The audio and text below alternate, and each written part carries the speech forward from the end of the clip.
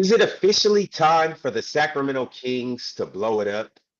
Now, you guys always hear me use a phrase where there's smoke, there's fire.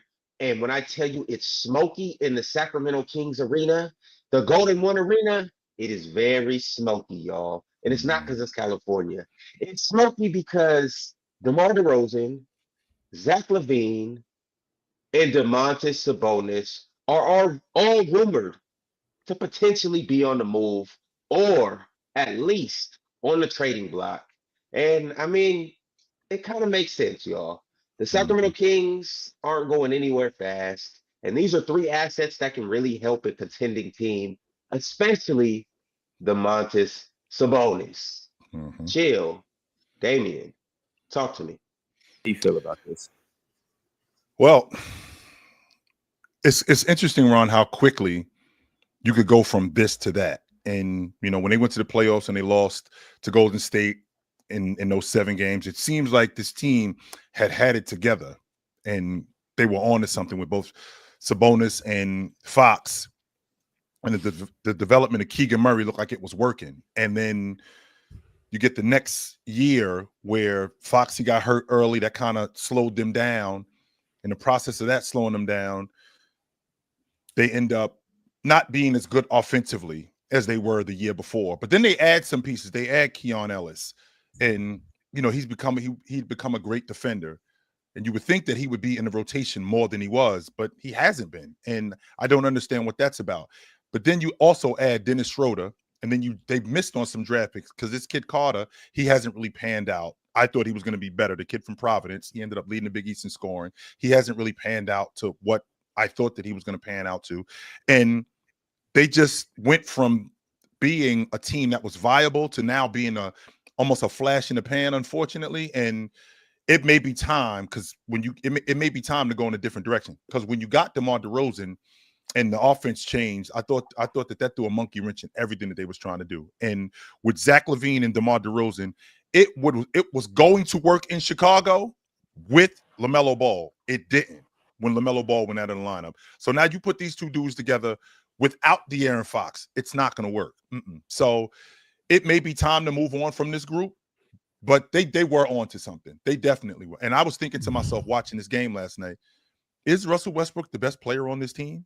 Because I'm looking at what the rest of those dudes got going on and how they run that offense. I'm not talking about the shooting. I'm thinking more. I'm not talking about the shooting. I'm thinking more about how that offense runs, how much more effective those guys are with Russ on the floor, how he gets those guys involved, how much pressure he puts on the defense. I'm thinking to myself, Russ needs to be on the floor more than he is. And I don't think that they're utilizing him as much. I'm not really sure if Doug Christie knows exactly what it is he's doing with Russ. And it wasn't all that long ago that they had their best season since the early 2000s. But Chill, to your point, things can turn around quickly. And I think they definitely have to start selling. I mean, it also wasn't that long ago, but they were choosing between De'Aaron Fox and Tyrese Halliburton. You go with Fox. And then you trade away Fox for someone like Zach LaVine, who's on a worse contract. Yes, you get some draft capital back, but this is also a franchise who's never shown competency in hitting on draft picks either lately. So how valuable are those picks? And then you fast forward to today, where they can't build around Sabonis because he's so limited as a star. And he was their biggest trade asset, and he's had a slow start to the season. So now all of a sudden you're selling his stock when it's at its lowest, not at its highest, when he was leading the league in rebounds and things of that nature. Then you're giving Keegan Murray $140 million, who's a nice young player, but ultimately a role player who hasn't really sniffed an all-star game yet in his career. Just a bizarre roster right now. Russ is a nice story, to your point, Chill, but he's also taking away minutes from Keon Ellis, from Nick Clifford, from Devin Carter. DeRozan's over the hill. Hard to trade for him as well on his deal. And then Zach LaVine, he's one of those players who's nice still, but again, he's owed $47.5 million this year. Has a player option next year for $49 million, and some of these, which he's definitely taking. Yes, so it's really difficult at the moment for Sacramento when you have limited draft assets, limited players who you can flip for draft capital or for other young, nice players. So I think they're in a really difficult spot. I think you make a good point. Chill, Russ is probably their best player right now. Dennis Schroeder, hasn't looked good, but he had a big summer, so maybe he comes good later in the season. But it's time to definitely start selling. The other thing I want to say is I don't know why you wait until 10 games. It was very clear before the season that this roster wasn't doing anything special. It was very mismatched with the guys that you're bringing in, guys that are past their prime, guys that don't make sense. You've got a cluster of guards. How are you going to distribute all these minutes?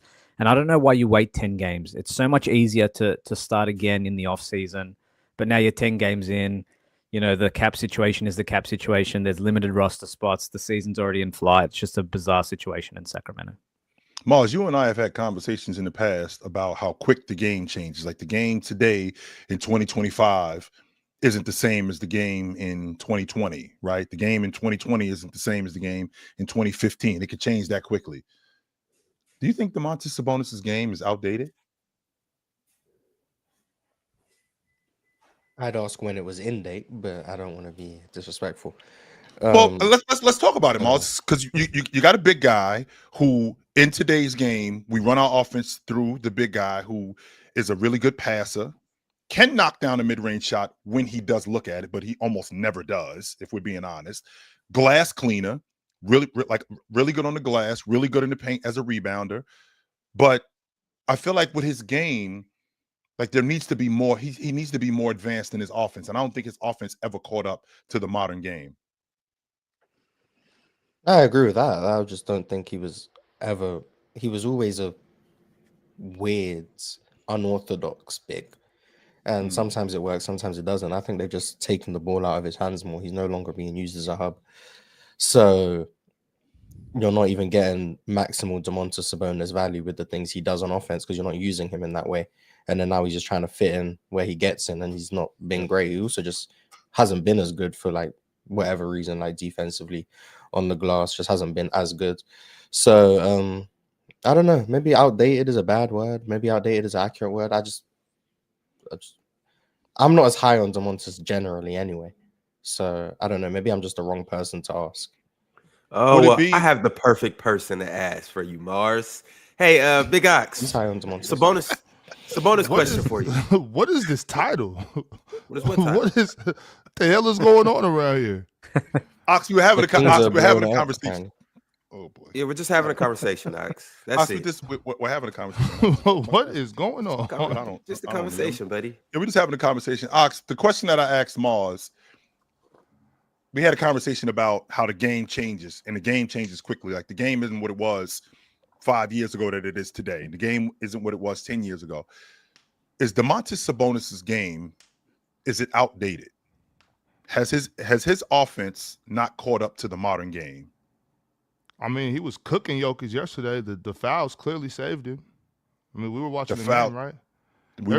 Everybody was watching Domantas give him 13 in the first quarter, right? And then the refs start calling little hacky 11. fouls. I think it was 11. Yeah, well, same shit. We were all watching him absolutely torture Jokic last night, right? Sure. Right, like He was. I did watch that. Yeah, I didn't just dream that, right? Like he was absolutely terrorizing Jokic, and then y'all know how that goes. But I don't think it's outdated. I think he's good for the time. He wasn't hitting that three ball, but he was being aggressive with it. That's what y'all was asking for last season. I'm not really too high on like him just becoming a 3-point, shooter or whatever. He was shooting it really good last season, but I don't know. I think he's with the times. I don't think he's outdated. I don't know. It's not like Domantas Sabonis is not the issue.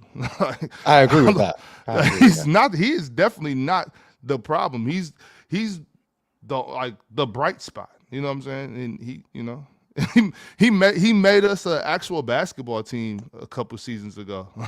You know what I mean? So I don't know. If the Kings are about to blow it up, like, okay, cool, but we had an intense debate about this last year, where if we blow it up, that's fine, but you don't trade Domantas. Like everybody else can go if they got to, no big deal. But You don't trade if you trade DeMontis, and it's like, okay, then what? Now what? Now we just waiting We around actually for blowing the it draft up. picks? If you already moved off of Fox, Yeah, and that's what a yeah, rebuild kind of yeah, is. you already moved off of Fox. So Yeah, if you you're moving off of rebuild Fox, you you build a house on top of a foundation. You know what I'm saying? So Sure. you keep He your wants all to NBA retool, not the rebuild.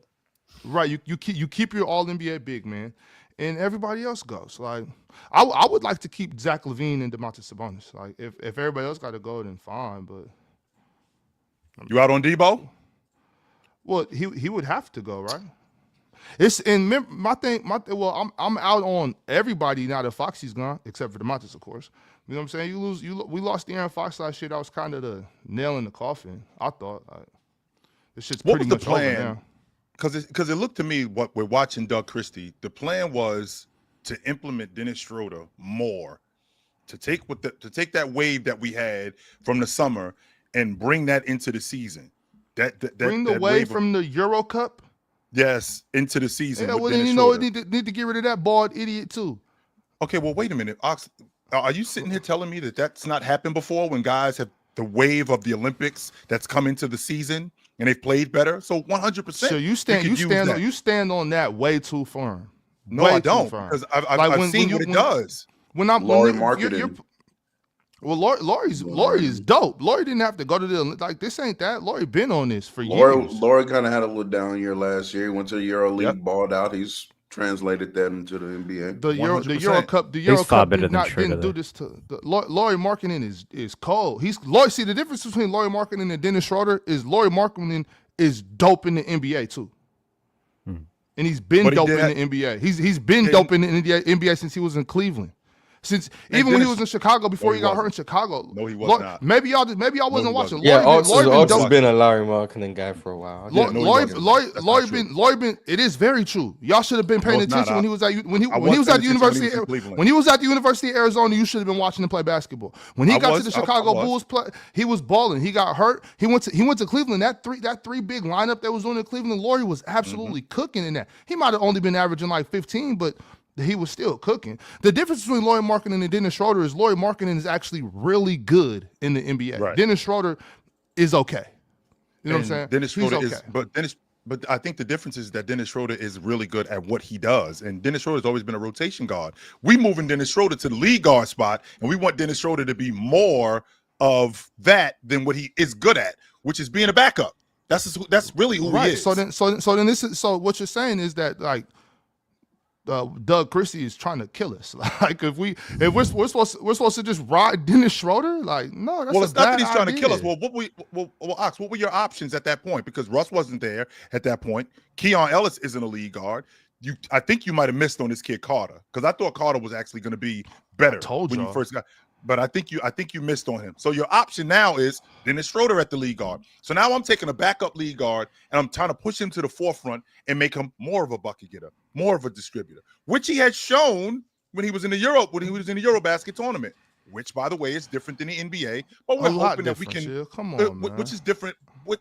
But we've seen guys have really good summers, and that translates into the NBA. I watched Jason Tatum become first team All Pro after the Olympics and winning the gold medal. So I mean, it does When happen. he was It sitting does on the translate. bench. It does try. That was after they won the NBA championship. I'm talking about the first before. time he became first. Okay, I'm talking about the first time. Same thing with Bam. I mean, I watched Bam turn into an all-league defender and be in the conversation for Defensive Player of the Year after playing the international game. I think with Dennis Schroeder, I think that we were trying to turn him into something and ride the wave of what you had seen over the summer, and it hasn't worked, unfortunately. Right. I mean that's fine. Like if that's what we're doing, that's what we're doing. You know what I'm saying? I don't know what Doug Christie is trying to do. We got Precious Achua shooting corner threes. I didn't know that was going to be a part of the offense. You know what I'm saying? So Mike Brown sold us by trying to make Debo dribble 15 times and have De'Aaron Fox just sitting over there watching. That shut our whole offense down. He had to go. Foxy wanted out.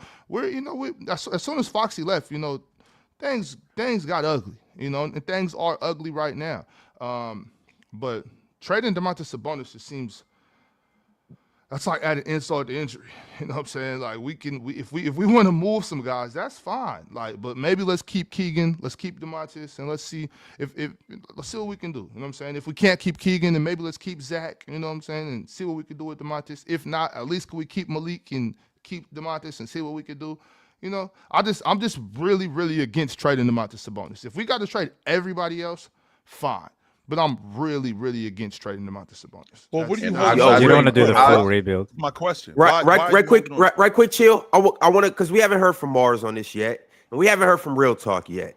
So we don't need to I hear wanna- from Real Talk on this. Yo, we absolutely need to hear from Real Talk, and we absolutely All right. need to hear from Mars. All right, because I don't want to hear no DeMontis Sabonis slander today.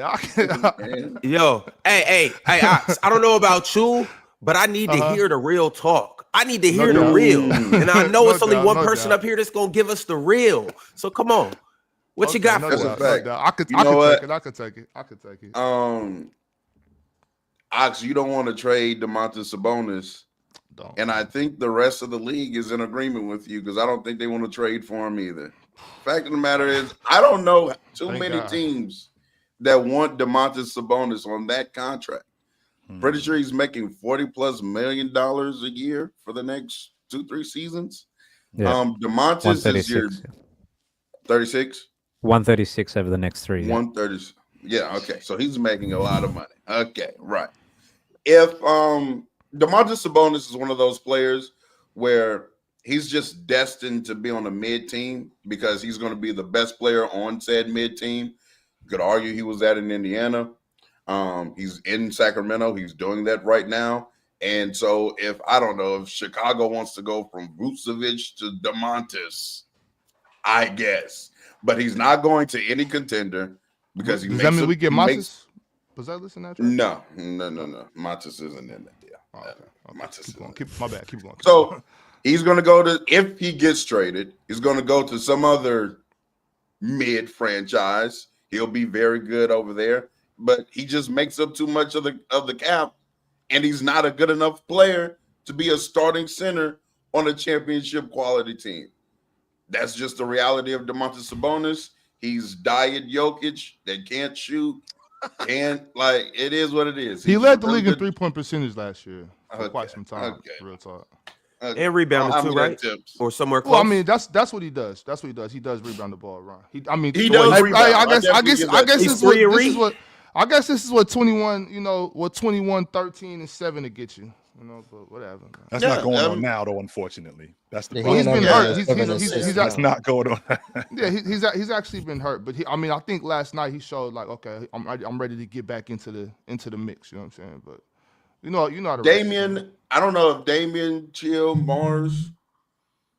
I don't know if y'all came up with another team that DeMontis goes to and drastically improves that roster. If y'all have a team, let me know. I think And he is helped that Toronto. team a do. quality team? Is it a I think quality so. team that he does? I think he can help Toronto, if I'm being honest. I do. I think he can help Toronto with their rebounding. I know that they don't have any rim protection, but I do think that he can help them with their rebounding. And I do think that as a hub, he could make them a little bit better, considering how RJ Barrett and how Quigley play. I do think that he can make their offense better. And I do think he can help with their rebounding.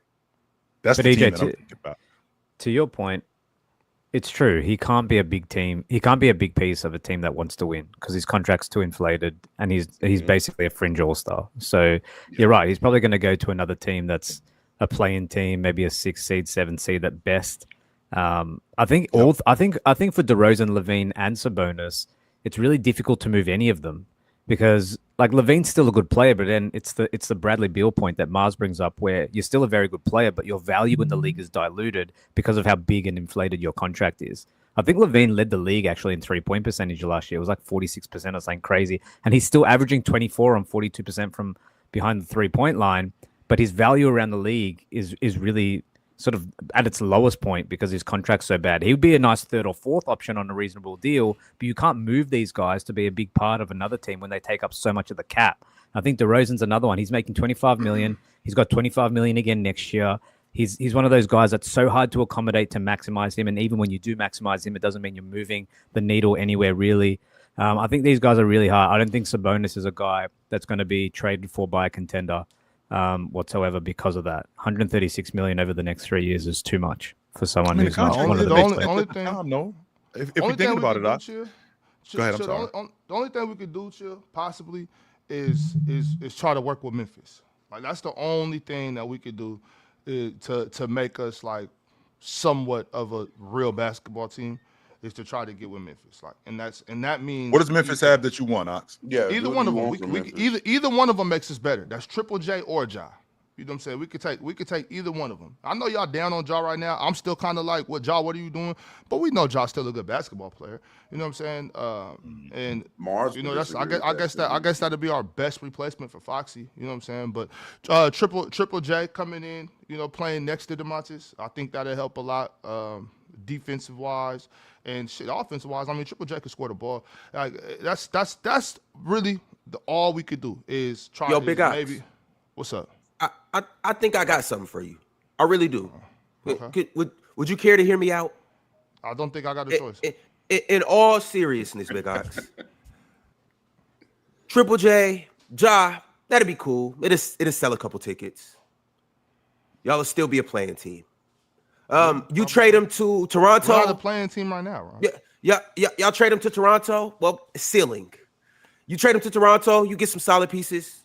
Playing What team. solid pieces? Ceiling. I don't know. I'm just saying. Playing team. That'd be your ceiling. You trade him Wait, elsewhere. what are you talking about? Trade who? DeMontis. I don't wanna I'm talk talking about DeMontis. Hey, and I know you don't want to talk about DeMontis. Hey, I'm going to tell you the truth.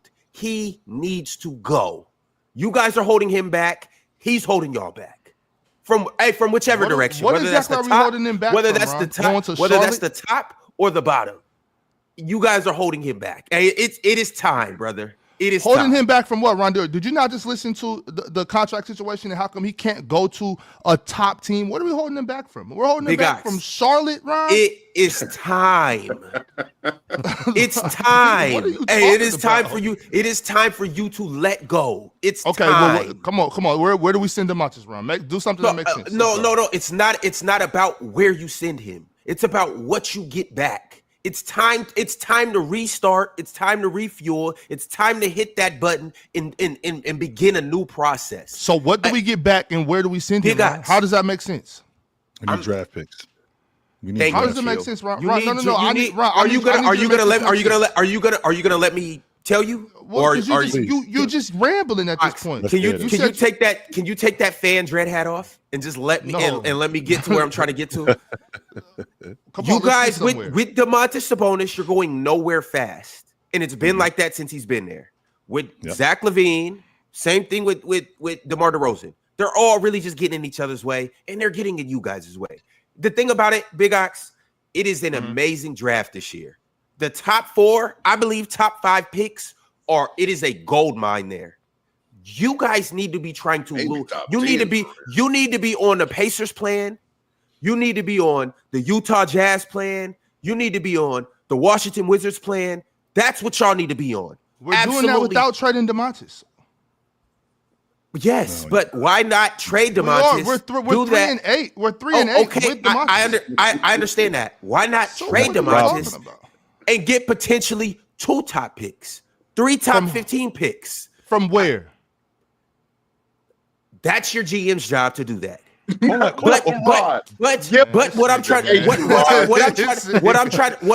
say just is, trying to piss me off. That's all. no, I'm not. No, I'm not. And here's the thing: you might not get 2 top 10 picks. You might get one. You might get 1 top 5 pick that's you guys' own. You might get another top 12 pick from somebody else, and then you might get another first round pick.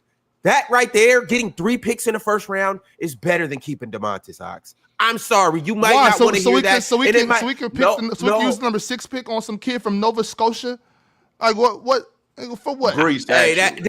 that's better. That's better than DeMontis missing another All NBA team and you coming up here and making us feel miserable.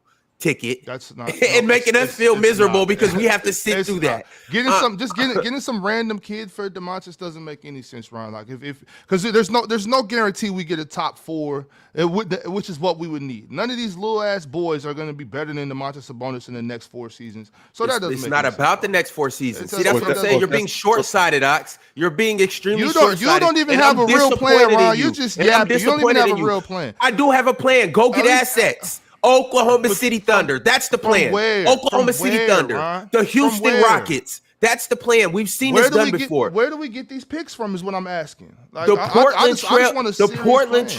Trailblazers. The Portland Trailblazers. We've seen 3 teams. We've seen. I ain't too mad at We've that. seen 3 picks. I'm not even saying no. I'm not talking about him go to Portland. I'm talking about we've seen OKC trade Russell Westbrook. They traded Paul George. They traded Chris Paul. They traded Al Horford. They traded all of these guys and got a treasure chest of assets. And got We've seen lucky. the Houston Rockets and do the got same lucky thing. with Shea. They got lucky with Shea. All right, if they got well, maybe y'all can get lucky. That didn't But have nothing to all do I'm with. saying is Shea didn't have anything to do with draft picks, Ron. And then you talk about the Portland Trailblazers. J-Dub, Chet, Aaron Wiggins, AJ Mitchell. But I was Paul. I George. can keep going. These I can dudes keep be doing going. without getting lucky. Without getting lucky with Shea, bro. This wouldn't. So what about the Houston Rockets? What You about can say that? James Harden, What about Russell the Houston Westbrook. What are Rockets? you saying? I'm saying these guys traded their top assets and got draft assets. They got draft But capital. Clearly, That's we what clearly I'm would have to get a third team People involved. He's saying you need a wanted young those franchise, top Jonathan. assets. The Clippers wanted Paul George. are Nobody you- wants DeMontis Sabonis. Not a really good team. I'm sitting here looking. I'm literally on the trade machine right now, Ron.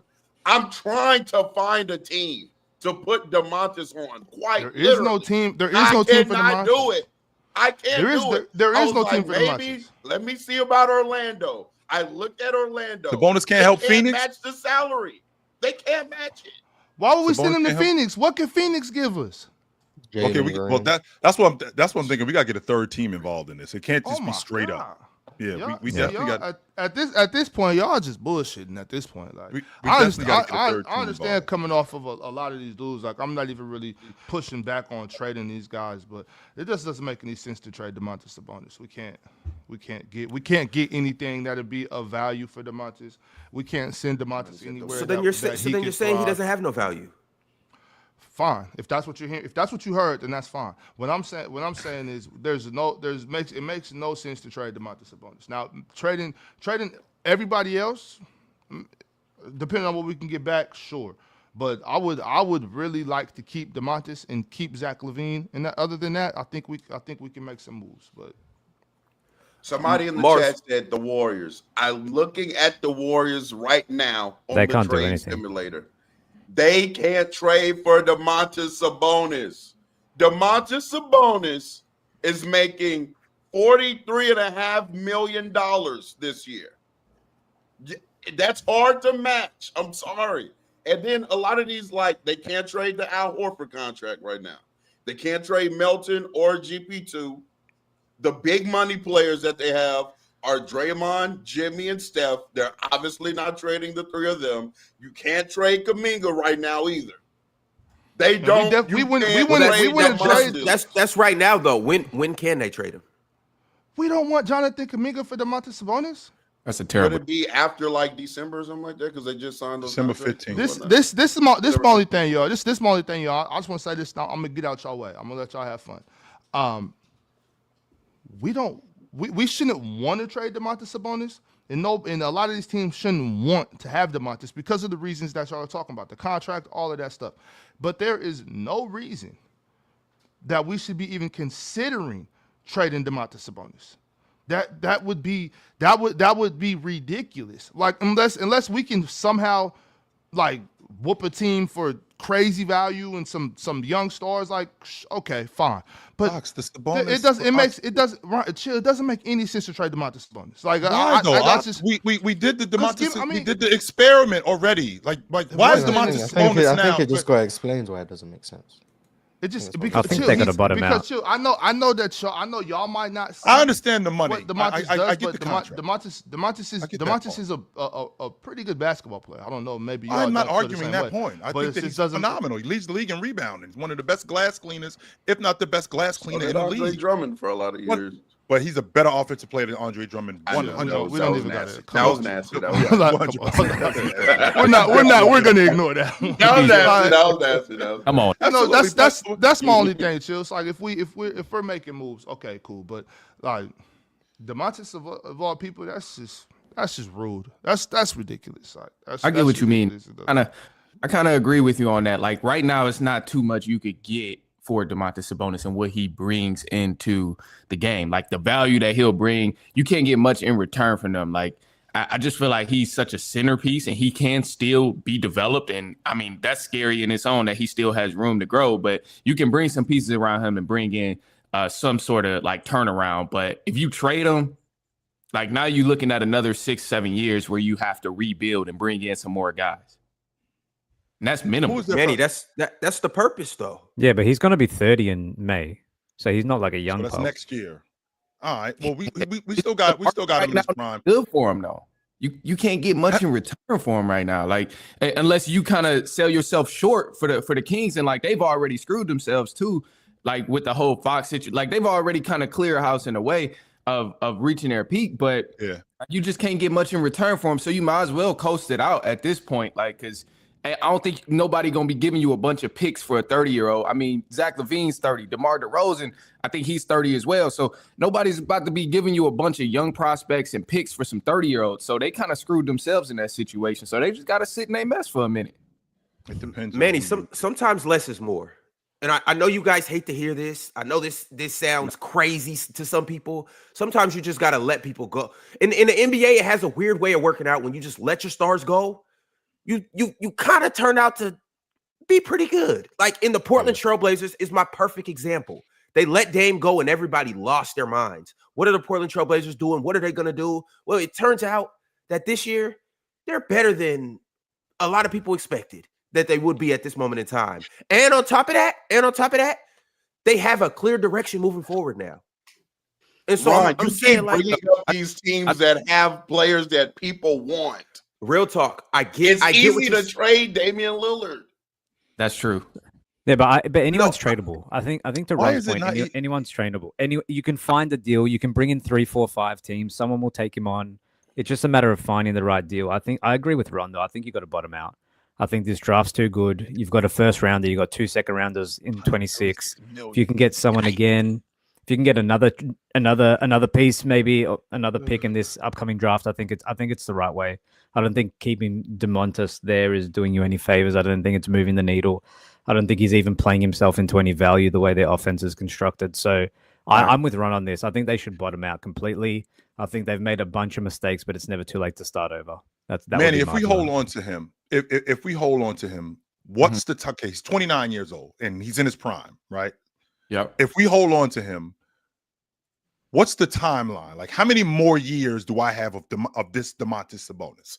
Do I have 5, 6 more years? Because if that's the case, if I got 5, 6 more years, then okay, the timeline went up. Whoever this is that I get in the draft, I gotta get it right. I can't have another Carter situation, right? I can't have another Robinson situation. I gotta get it right. And whoever this guy is, he got to pan out now because the clock is ticking on DeMontis Sabonis. And to Real Talk's point, it's amazing how quickly people change their perception on you when you're getting busy. Like 1 minute you can look whack, the next minute you can look really good, and all of a sudden the phone's ringing. And now there's some people who are interested, right? Yep. So I think as of right now, DeMontis Sabonis might not be a high commodity, but let's not act like he ain't leading the league in rebounding. Let's not act like that's not really viable. Let's not act like he wasn't a hub in an offense that had one of the highest paces in the league, and he was still really good in that offense, right? So he can play. I'm not arguing that point. I think the money is the issue, which goes to Mars's point. If he was making less money, it might be a little bit easy. It might be less difficult to move off of him. But if I'm holding on to him, Manny, to your point, if I'm holding on to him, we got to get this right in the draft, and the timeline gets moved up, and this thing's got to move faster because we ain't got that much time with Sabonis. I agree with you on that part. It does have to move, and he does still have a lot of value. The part that scares me is really just the financials. That's the part where it's like I don't know who they could get in return for those financials. And then for a guy like Sabonis, if you're a team like the Nets, you don't want to give away the young assets in the draft picks because you won't be able to, like, you can't lean on Sabonis for the next 10 years like you can lean on a young prospect. He's got to go to a team that's already polished in order to like really get the maximum use out of what he can bring. But a lot of those teams that's somewhat already polished don't have the financials to even bring him over there. Or if they trade, they're getting rid of key pieces themselves. So that's why I say like the market is tough, and they almost just got to take it to the chin and just let it go. Or like you said, Ryan, you just got to cut them and like you just got to let them go, send them somewhere. Ron, I'm not eating $120 million, Ron. I'm not eating $120 million. You're on the books for $136 million. You would do that for a top 5 pick? Yes, you would. It would be easier if he was on an expiring deal, but he's got this year and then 2 more years. Damn, so I'm not doing tough. that. No. That's why I'm like, you might as well keep him. You might as well keep him. At least get to the play-in, possibly the playoffs, and then just coast it. You already got to take it to the chin. It's their fault that they got rid of Fox and a lot of these other guys where they had the team to compete. So they blew it up. They just got to sit in their mess for a minute. That's all. Ron, and then they just drafted the young dude too. What's his name? Reno? Oh, Reno. Yeah, I'm just like, yo. Yeah. Hey, and I hate to phrase it like this, but Zach LaVine, DeMar DeRozan, and Domantas Sabonis, they're just getting in the way of the new faces of the Kings franchise right now. You're right. They're just taking up those guys' minutes. And I'm sorry, Ox, you don't know the new faces because you're not allowing yourself an opportunity to find the new faces. You can't. It's no way that's not your big 3. It's not your big 3 now. It wasn't your big 3 yesterday. It's not going to be your big 3 next year. Sometimes you just gotta let some things go. I understand finding new faces, but there are no new faces. Yes, I like Maxime Renault.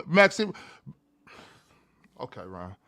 Okay. Respect Nick Clifford, Ox. I was trying to get to him, but I just can't do this right now because I'm not. We're supposed to just pretend like Nick Clifford, Maxime Renault, and Devin Carter. I never said these guys were. But actually, those guys are going to be the guys that allow you to get to your new guys. Gotcha. That part. They're going to allow you guys. They're going to find their way in the process potentially, but that's what's going to allow you guys to get these draft picks that you might need. So. I understand your point, though, Ox, in terms of. I understand his point in terms of. It's actually when you look historically, teams that bottom out don't actually always. Well, it's very rare that they actually are Oklahoma City, and Oklahoma City needed that trade, right? There does come a point where bottoming out doesn't necessarily guarantee that you're going to land a franchise guy, that you're going to be a contender in 3-4 years. So I understand Ox's points in terms of you don't have to potentially rebuild the whole thing, but maybe you retool really smartly. But it takes a really competent front office. It takes management not to make all these mistakes in the draft. I think it's really tough. I think in the Kings situation that they got to bottom out and start over. But I understand, Ox, your point though. There is something to be said about remaining competitive, maybe potentially being still an attractive spot for guys to come. I understand that point of view as well, because if you actually look back historically, like even the process, like even with the Sixers, they missed on like Fultz, they missed on Okafor, they missed on Ben Simmons ultimately. So it's tough. It is tough to start over. This the big thing, Damien. This is my main thing. This is Sacramento. Okay, we got robbed for a championship a long time ago. Right. We go with this shit again. Other than that, I know it hurts you, Chill, but that's what happened. Everybody knows it. So denying. No, you know it, Ox. But this is the main thing. Okay, on the big screen, Ron. Let me show Ox real quick. Go ahead, Sean. That boy, y'all couldn't do nothing with that boy right there. Y'all couldn't do nothing. You mean the boy? You mean the boy that went on an interview and told the world, yeah, they cheated, but so what? Who cares? You mean that boy? You talking about that one? Right, exactly. Okay, so let's move past. Let's move past. Let's move past. As you were saying, Ox. So that happens, right? Damien, in Sacramento, We're just a loyal fan base. You know what I'm saying? We just come to see basketball. We expect our team to play hard, and we expect to go have fun at the game, ring the cowbells, enjoy the show, and go on about our lives. You know what I'm saying? We want our team to play hard. And a lot of people are like, well, you have to tank. You can't be somewhere in the middle. We're not tanking, okay? Like we just don't do that. You know what I'm saying? We just don't do that. You know what I'm saying? You know what I'm saying? Like if we're bad, We don't if we're lose bad, on purpose. We if we're bad, we're not trying to suck. if we're bad, we're bad. You know what I'm saying? But we just don't tank. And I could never support a franchise that does tank. You know what I'm saying? I'm just not with that. I think that's terrible. I think that just shows no integrity, no nuts, nothing. I can't get with tanking. You know what I'm saying? You Now like to if we remain can figure competitive. like and sometimes we're not competitive, but we're still not gonna tank. You know what I'm saying? Like that's just not in our DNA. You know what I'm saying? We just don't get down like that. So I know some franchises are fine with that, and that's fine with them. Some fans, they with that. That's cool. That's their thing. I'm just not with that shit. Like I can never support a team that's just, we're just gonna lose as much as we can, and then try to. That shit is weak as hell to me, and I just can't get behind that. You know what I'm saying? Also, Damian, that's why a lot of times, Damian, we end up picking like at the end of the lottery. We get those picks and stuff like that. Sometimes Y'all we didn't get the lucky. memo? And just, Is that why, Ox? Because y'all didn't get the memo to lose? I don't know, man. That's exactly why I chill. That's exactly. That's just what it is, shit. And I'm okay with that. Yeah. I'm fine with that. I'm fine with being I'm okay with being a playing team. If we, as long as we competing and we trying to win, I just can't get behind a tanking franchise. To me, that shit is sorry. And I actually was just about to say that, Ox. Some teams, everybody's goal is not to win a championship. Some teams are cool being mid, playing. Hey, if we get an 8th seed, hooray. You know what I'm saying? And that's kind of what the Sacramento Kings are. Sacramento kind of knows after they got DeMar, Zach, and Sabonis on this team, knowing their contract situation, at this point, they know, hey, we got to try to win some games right now because it's going to be so difficult trying to get off all 3 of those contracts, right? But the city of Sacramento is cool with, hey, if we can try to be the 8th seed, hippie hooray. You know what I'm saying? Everybody championship, and that's fine. You know what I'm saying? It's not that. And don't get me wrong. Don't be the 8th seed, cool. You know what I'm saying? Of course, it's not that we don't want a championship. We would love a championship, but it's just not in the cards for everybody. You know what I'm saying? Like for once Foxy said he had to go, all that shit was out the window. Like a deep playoff run. We did the best we could. Brought Zach LaVine back, which it's cool. Like Zach is a really good basketball player. I would like to keep Zach, but the whole just blow everything up, get rid of DeMontis is so. Like, that's just weird to me. I don't think that's a good idea. But I'm not in the front office, of course. So maybe we will. Hey, who knows what will happen? Maybe, Ron, to your point, maybe we will end up like OKC or Portland or something like that. You know what I'm saying? That'd be dope. Maybe we can get 15 first-round draft picks. You know what I'm saying? See, Ox, the difference between me and you is me as a GM, I'd be looking down at the court like, man, will you get these mid-ass niggas off my court? Will you get these mid niggas out my team? Get them out my arena. I'm tired of seeing this. Hey, I would rather be trash than to be sitting around, right? Cool. That's your thing. That's just not my thing. So Ron, you ain't interested in looking at the 6? You either gonna have an ugly chick or a bad chick. That's where you at, Ron? Hey, chill. Give me the two. Give me the 2 that can cook and her credit is through the roof. Or the 10 that's going to that ain't weak. That's a great situation. Hey, chill. I'll take the ugliest chick in Oakland. You know what I'm saying? Like, that is a win every time. But 100%. And plus, I don't know where the disrespect for Zach LaVine and Domantas Sabonis is coming from. I mean, I know that there's some casuals that think Domantas Sabonis isn't good at basketball, but like if you watch Domantas Sabonis play basketball and Zach LaVine too, you will understand these dudes aren't mid.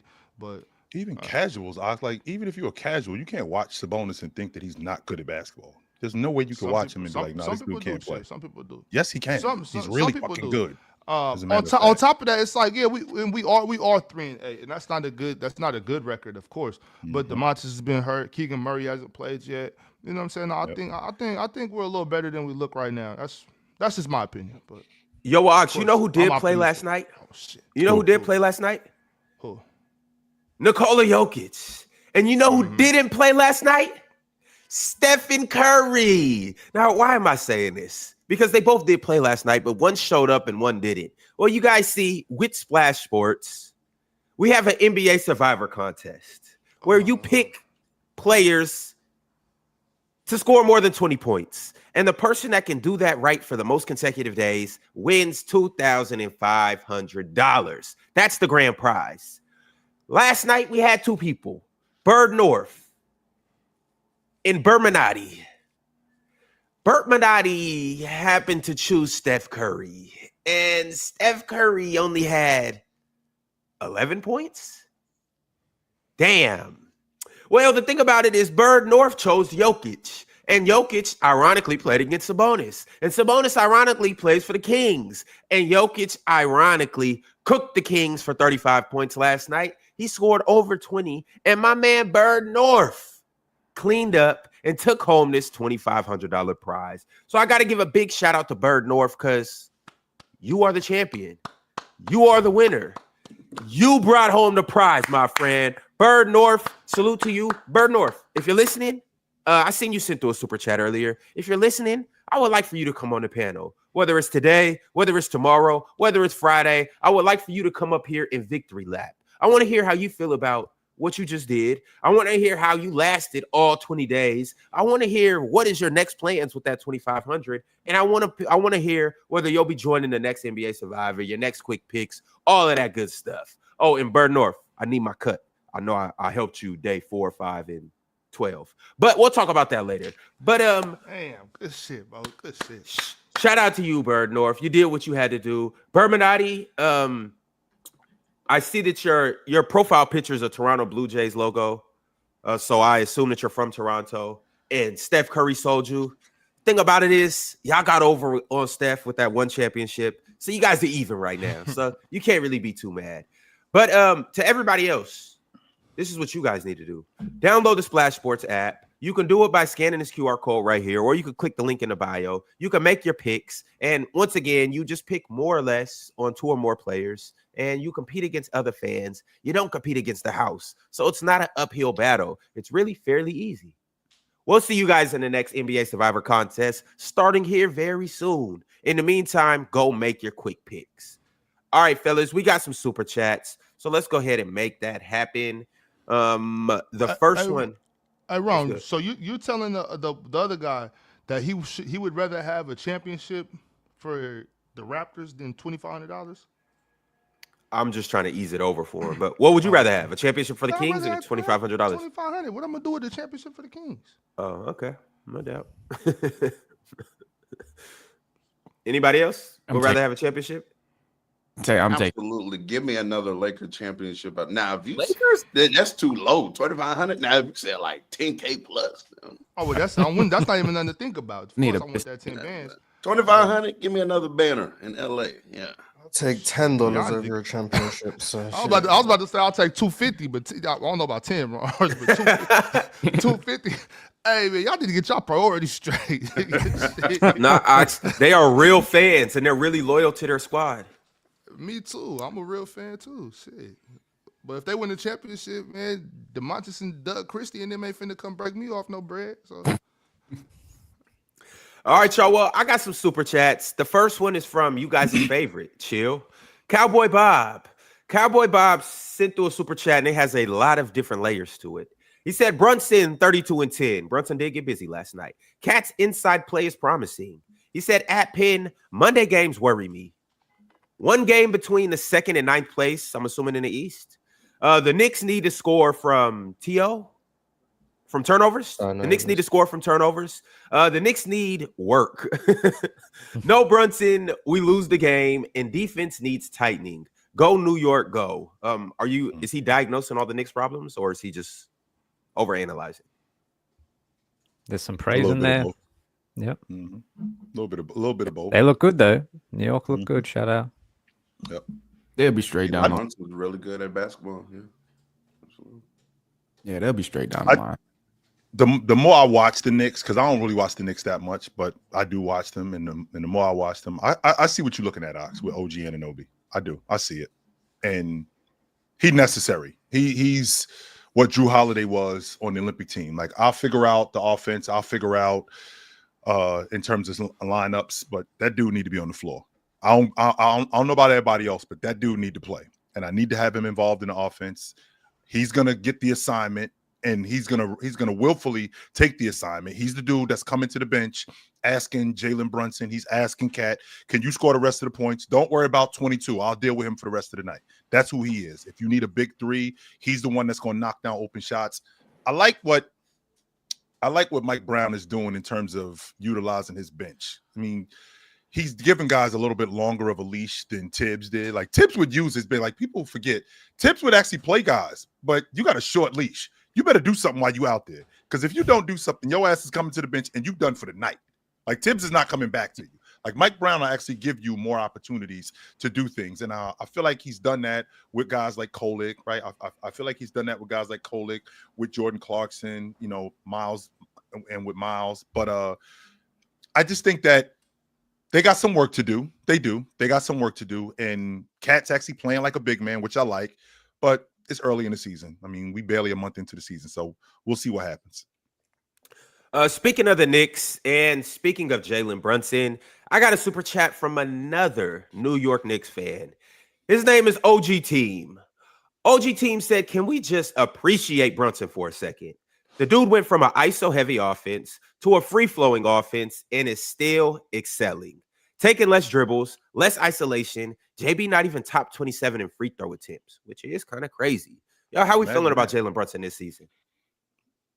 I think that the Knicks offense is looking really good. There was some early growing pains, but I think to Chill's point, it's unlocked guys like OG Anunoby because they're great athletes. And when you play up and down, it favors guys like that and Mikal Bridges. But I think Brunson's just going to score the ball anyway. I think he's just so good. You've seen him do it at the highest level in the playoffs. He's having another really good season, another all-star caliber season. To be not in the top 27 for free throws, though, and averaging what he's averaging is very impressive. Mm-hmm. So shout out to him. Yeah, especially for somebody that's kind of known as like a free throw merchant kind of guy, like a grifter. I'm just looking now. The Knicks have a 128 offensive rating when Jalen Brunson's on the court. That's amazing. And actually, they have a 111 defensive rating too. He's a plus, what is he, plus 16 and a half on the court. Like, he's been phenomenal this season. And just like the super chat outline, like doing it within more of a team concept, still being efficient and still getting that volume. Like, he's been amazing. Does Jalen Brunson really go to the stripe though? I mean, what are we thinking about when we thinking about Jalen Brunson being a free throw merchant? This is what I'm asking. Like SGA. If I'm not mistaken, I think he averages he doesn't average that many more free throws than Curry. If I'm not mistaken, it's not like he going to the free throw line 8-9 times a game. No, that's not going on with Jalen Brunson.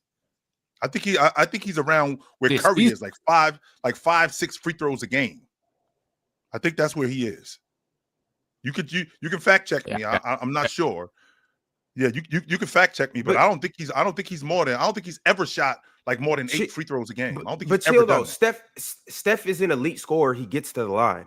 You got to factor in. Steph gets fouled on 2 3-point shots a game. I'm not saying that he does. I'm saying if he gets fouled on 2 3-point shots a game, that's automatically 6 free throws.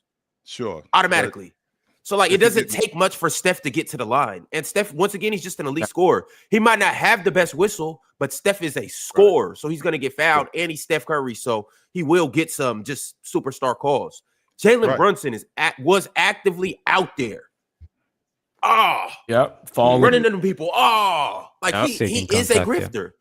Mm-hmm. Yeah, and that's why I think it's impressive that he is balling the way he is now with less free throw attempts. Because it to me, it bothers me when I see skillful guys do stuff like that. Like SGA, tremendous basketball player, but like to me, it's like, bro, you don't need to do all that fall into the floor. So like it's not necessary for you to still get your 30 piece. For Brunson, that's what we're seeing right now. Is like Brunson clearly don't need free throws to get his 30 piece if that's what he's gonna do. He's just a great basketball player. He can score any type of way. So it to me, it bothers me whenever I'm seeing guys do all that fall into the floor and just like over exaggerating on some of these foul calls that they're trying to sell. So I love that Brunson is definitely still getting his buckets without doing the quote unquote foul baiting type of stuff.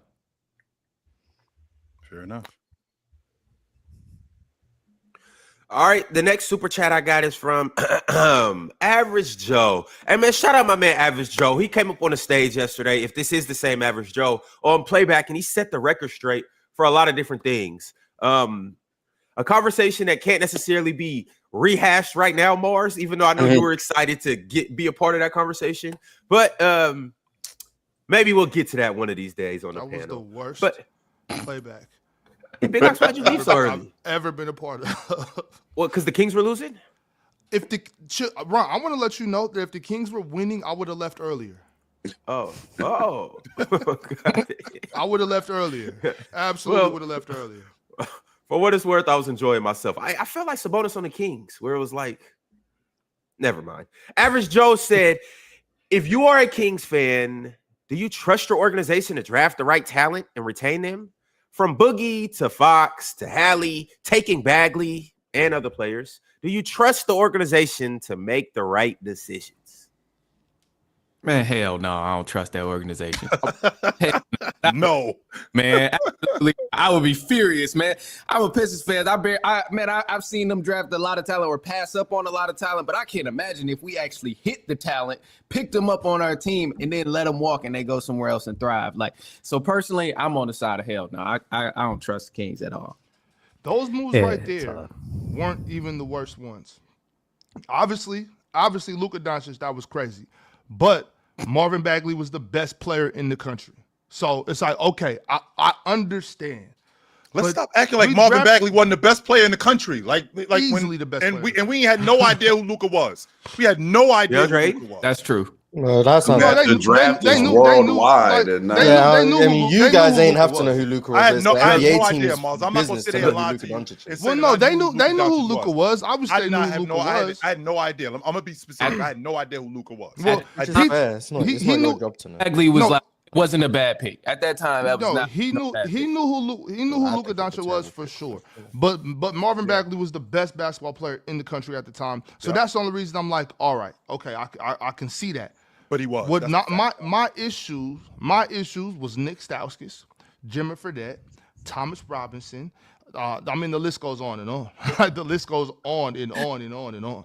You know what I'm saying? Those are the issues. So do I trust this? In my mind, this is a whole different GM at this point. Not even Ben McLemore. I wasn't mad at that pick. Ben McLemore fooled us all in Kansas. I wasn't mad at the Ben McLemore pick at all. But no, I don't trust. The best power forward in the country, just like Marvin Bagley. He was 6'7". So he still was the best power forward in the country. He was nothing like Marvin Bagley. He was nothing like Marvin Bagley. That's all I'm saying. Thomas Robinson. Took Kansas to the Final Four. You was watching the dude. He was an animal. Yes, chill. But But you could look at his game and look at Marvin Bagley's game at the time, and there was a big difference. Like he was getting his most off just like being like super aggressive, hustle plays, dirty work guy. Yes, sir. Yeah, it was a big dirty work guy for sure. Yes, Marvin Bagley was not. Marvin Bagley was dope. Like he was the evolution. I'm not gonna argue that point, Ox. Marvin Bagley was the evolution. Like this is what the future of the league about to look like. That's my only thing, chill. I mean, to take Thomas Robinson at 4, I think was just egregious, but whatever. Yo, my thing is with that year, I know you're saying Marvin Bagley was the best player in the nation, but who led the nation in scoring that year? Who did? Who led the nation in assists that year? Oh, Trae Young. Actually, who did both that year? Trae Young. Mm-hmm. Well, remember we had Foxy though, Ron. We had Foxy, so that we wouldn't have got Trae. Didn't y'all have Hallie that year? Oh no, y'all got Hallie. No, we got the next couple years later. Fox was a good pickup though. But to answer the super chat, the Kings have shown us we have no confidence in them making good decisions in the front office. I think if it's a team like Brooklyn with Sean Marks, they've made mistakes, but he's shown that he can build a competitive team multiple times. He's shown that he can bring in all NBA talent when the time is right, where he can put a team in position to make that move. The Kings haven't shown us anything to suggest that they even if they get a lottery pick, they're going to hit. So I think it's in just about the worst situation you can be in. So, the thing about it, Damian, and right quick, chill. The thing about it is, Big Ox, you remember the time when we went to the Kings game and we watched Giannis? And then you remember the time where the very next week, hey, Ox, that was a good ass night. Remember what happened after the game? And then you remember the next month we went and we watched Joel Embiid and Ben Simmons. Yeah. It was a good time because y'all really wasn't all that good. It was like free eats to get those good tickets.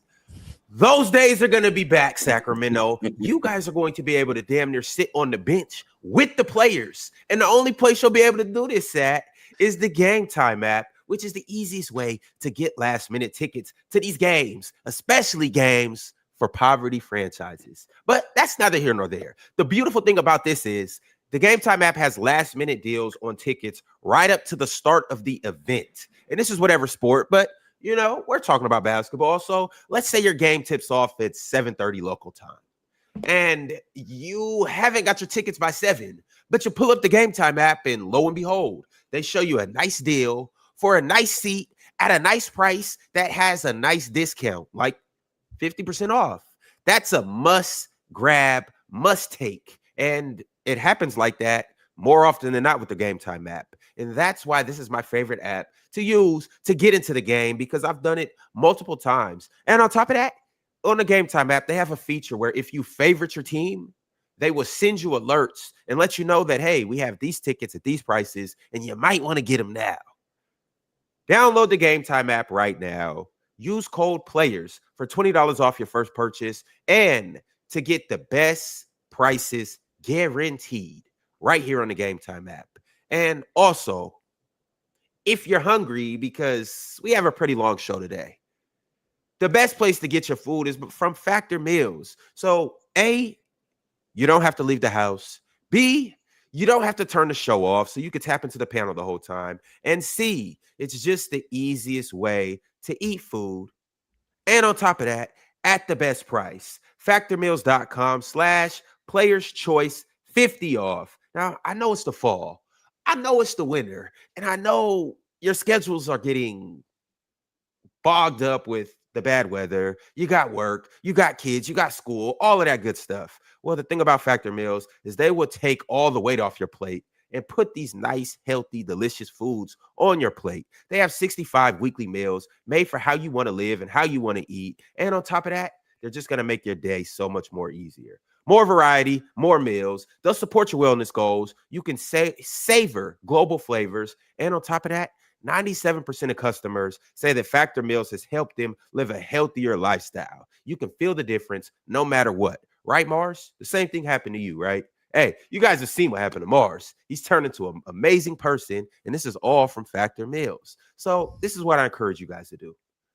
Eat smart at factormeals.com/playerschoice50 off and use code playerschoice50 off to get 50% off plus free shipping on your first box. That's code playerschoice50 off at factormeals.com for 50% off plus free shipping. Get delicious, ready to heat and eat meals delivered right to your door. I know this guy named Jerobi. He lost about 50 pounds from Factor Meals, and he's been living his best life ever since. So you guys do the same thing. We'll see you guys in a healthier circle. Mars isn't a good mention when it comes to Factor Meals and it being healthy eats. I agree. I'm not gonna Yeah. say anything while he's trying to get off his promo. That's crazy. But I just feel like you might have lost a couple customers doing that. No, some people want to put on weight. It depends on your health goals. Some people want to bulk up. Yeah. You Trying to bulk up. I wouldn't call my situation bulking up. But, you know. Yeah. I'm trying to bulk up. I feel it. You know, I'm trying to. What exactly would you call it, Mars? Trying to get a little bit bigger. Ballooning? You feel me? I don't know. Something. I mean, also it could just say how good the food is that you just can't really stop. Can't stop eating. That would be better. That would be better. There you go. Now you're thinking. Sounds like a self-control. Man, just overeating, man. There's people in the world not eating very much. Mm-hmm. It's finna be a lot of people in the U.S. not eating very much. So in That might be one of you guys' best 2012, interests. I don't want to pour salt in the wound. But if I'm not mistaken, Ox, in 2012, your boys took Thomas Robinson and you passed on Dame. And then in 2011, you took Jimmer Fredette. Jimmer passed on. Clay. You passed on Leonard. You passed on Vooch. Oh, boy. Yeah. Jimmer passing on Clay is just ridiculous because by that time we knew who Clay was. So Yeah, but you seen what Jimmer was doing. Nobody could have expected him to come. You seen what Jimmer was doing. Yeah, he was frying everybody, man. Yeah, y'all thought Jimmer Fredette was better than Klay Thompson? All I said was you seen what Jimmer was doing. He was frying everybody. I seen what Jimmer was doing, but you can't come do that shit in the NBA. Ain't nobody expected though, man. No, imagine Trey he did did. it. Imagine he did. Imagine he did. Exactly. Trey did it. All right. So imagine Jimmer turns into the real Steph Curry. So we got Jimmer Curry, Jimmer Mania in Sacramento. Thomas Robinson turns into Malone. Karl Malone. So you got Steph Curry, Karl Malone. Marvin Bagley turns into Dirk. Okay, we just saying names now. Well, first of all, Ben McLemore turns into you got Ray Allen. Ray Allen. But you got to remember though, Ron. We took Harry Giles in that draft too. You liked Harry Giles. Who that was supposed to? What did I? Harry Giles was supposed to be Kevin Garnett. Yeah, Harry Giles was a big one. Good. He just got hurt. Big one. Yeah, derailed everything. Why are we talking about this for? What's going on? Can we please move on? We're just talking about what We're happened. working through your trauma. Ox. Why are we even the title for today? Like, don't nobody want to? What you know what you're doing? You're moving viewers away with this title. Nobody wants to talk about the Kings. Ox, but we're moving you closer to us. All right, now you have trust in us because you can vent to us now about what's going on in your household. So it's all good. It's not about the people, Ox. It's about you. But you are a man of the people. Didn't you get the people's champ? Right, but what is this about though? What are y'all trying to do to me? I can't believe I rush in the house, drop the kids off, rush in the house. I jump on my laptop and I see this title. I'm like, what's happening? This was so not what I expected. We don't talk about the Kings as much because this again, is so not what I expected. I feel like this is like you guys. We only talk about the Lakers over here, so But y'all sprung this on me like an intervention or something. All right. The hell? I mean, Ox, I wanted to talk about it last night, but you just left the stream so early that I figured, we would continue the conversation today. Because Ron, because you were being an L host that would not get control of the stream yesterday. We didn't even get we couldn't even watch the game. That's number one. Real talk. Ox left last night like you leave the club, it's whack. Like, I'm out of here. This shit is so funny. I did hear about y'all's convo. He ain't even say nothing. He ain't pay for no. He left the drink on the table. He ain't even leave no dough. He just left. Yeah, bro. You got my drinks tonight. But real talk. And mind you, I just want to say like that. It was actually that's a decent conversation. I don't mind having that conversation. Don't get me wrong. Like I'm all for that. I love to talk about science, religion. I'll talk about anything. You know what I'm saying? But not for 3 hours. Like we could, we could do this for 30 minutes, and we would get off of it. Then Ron would read a power chat about it. Hype, get. Oh no, I'm not supposed to. Mars, do your job, but don't do your job. If you read things on time, it wouldn't bring it back to an old conversation. But you will talk about something. You wouldn't read a super and then y'all and see the Mars. It ain't nothing wrong with spinning the block. Hey, I just spun the block last Saturday. The problem is people want to blame it on Drench, and it wasn't his fault. It was Ron. Ron was the culprit. And I'm just like, bro, what are you doing, Ron? I know when he do shit like that. It's always Ron's fault. And the thing about it thank you, real talk. Up until about 8 minutes left in the it's fourth always quarter. your fault. What you mean, thank you? Oh, you were saying that in a sarcastic way. Yeah, he was. No, I'm agreeing with. Oh, you guys are always not your fault, Ron. But up until like the 8 minutes into the fourth quarter, we had a decent game going on. You know what I'm saying? In the third quarter, we had a good game going on. Whole first half, we had a good game going on. And then, It's tough gig hosting. It's a tough gig hosting. That super chat that especially when you're not even trying to host that. No, not true at all. Yeah, that right there. This one? Yeah, that's just not true at all. Brunson is not shooting 9 free throws a game. No, he is not. That's not true at all. Let's see. All right, well, fellas, before we transition into this fast breakdown. He shoots like 9 in the playoffs, though, I think. Maybe, but I don't know. Before we transition into the fast breakdown and talk about the games from last night, obviously we've talked heavily about one game.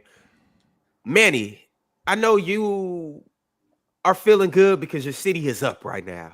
Your team is at the top, albeit it's early in the season, but your team's at the top. We talked about the Pistons heavily yesterday, but I know you weren't able to make it yesterday, but I want to hear how you feeling. Like, what's the vibe in Detroit right now? Man, I'm loving it. But the thing for me personally, I'm just trying not to get too excited because it's still super early on in the season. A lot of things change. Guys go up and down. Like, I'm just trying to stay level-headed.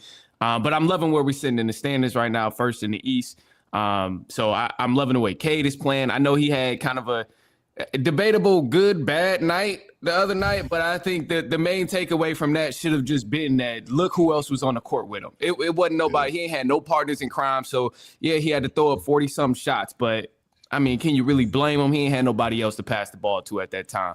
So, I mean, for him to go out there and at least get the team to win, I'm content with it, despite how bad he was shooting, whatever the case was. So, I'm loving what Duren is doing. I think he's become such a defensive anchor. Like, he's finally he reached another point in his potential, I'll say. I'm not going to say full potential because he's still super young. But, I mean, this Detroit team is the identity that I'm seeing so far this year is really just like toughness and defense.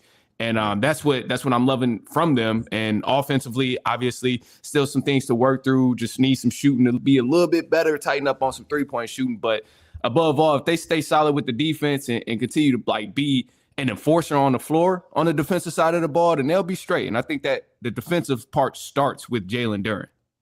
Mm-hmm.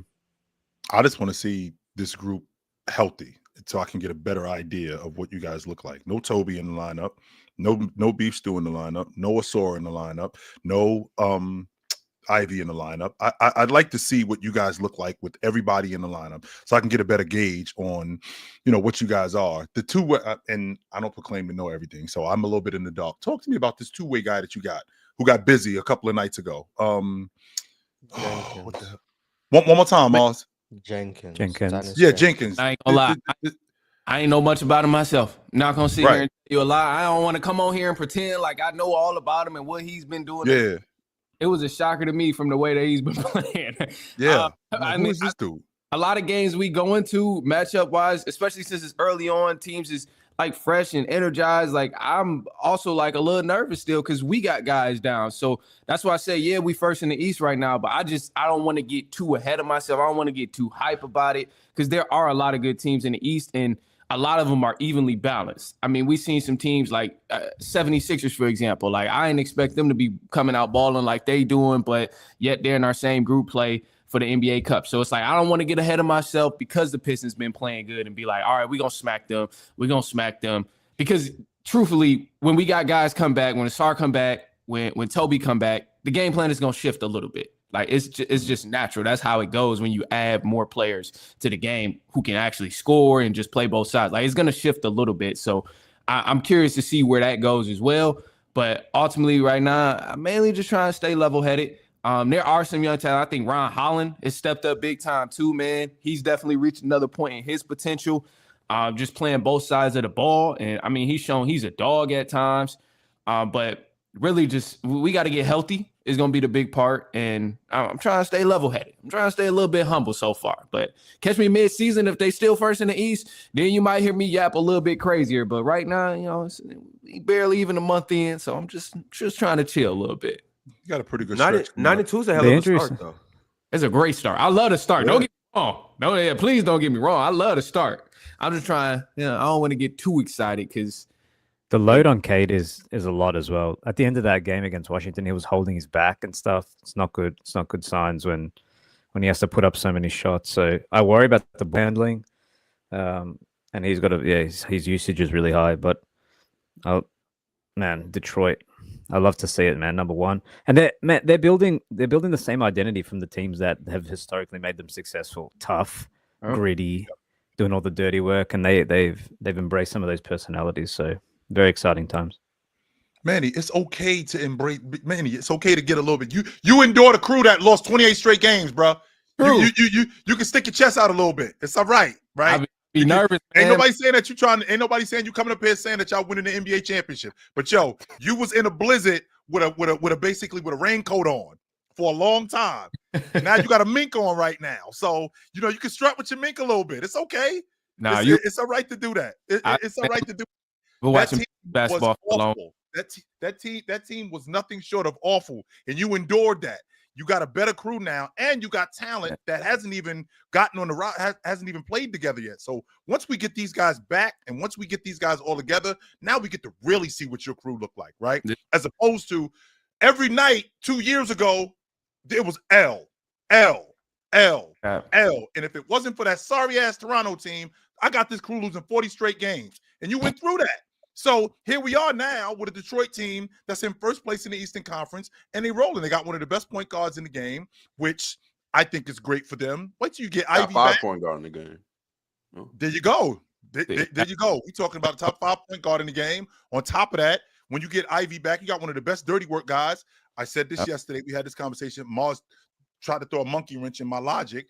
That Jalen Duren handling the basketball, this is a real thing. Not only Jalen Duren handling the basketball is a real thing. Beef Stew shooting the long ball, that's a real thing. This stuff isn't gimmicky. I don't think so. I think this is real what's going on in Detroit. So I feel like if they could keep this up, I think that they're going to be viable. I think you can win a playoff series if possible. Yeah, definitely go get the playoff series. I think this team, they had the potential to go to the conference finals for sure, without a single doubt. And I don't think that's like a bold take, a hot take, or anything crazy like that. We've seen the way they play when they're not healthy. So when they are healthy, I'm sure they'll be great, especially when they get Ivy back, because that's another ball handler that can help out that team and take the ball out of K's hands at times, or give K some rest when he's not on the floor. So, and then also too, I ain't trying to start no rumors, but there are rumors that when Malik Beasley get cleared, they saying his priority is Detroit. I'll and you get him on the cheap too. On top of that, on a crazy discount. So I ain't gonna start get him on the cheap. But I mean, if that happens, that's going to be huge for the Pistons too, and that would really be the thing where it would probably set them over the edge of like conference finals expectations. For a lot of Pistons fans, at least, not for everybody around the league, but just definitely for Pistons fans, it would set the tone for them to be conference finals type of team expectations. But with Beef Stew shooting a 3, also, I want to circle back to that too. I'm still a little concerned. He done knocked a couple of them down, which is good. I'm loving to see him like spread the floor. The only thing that worries me is like the consistency factor to it. And that's just like with anything. Like down the line, I think when it's like a must-win game, even let's just use NBA Cup, for example. Must-win games. Do I like hope that he's shooting threes?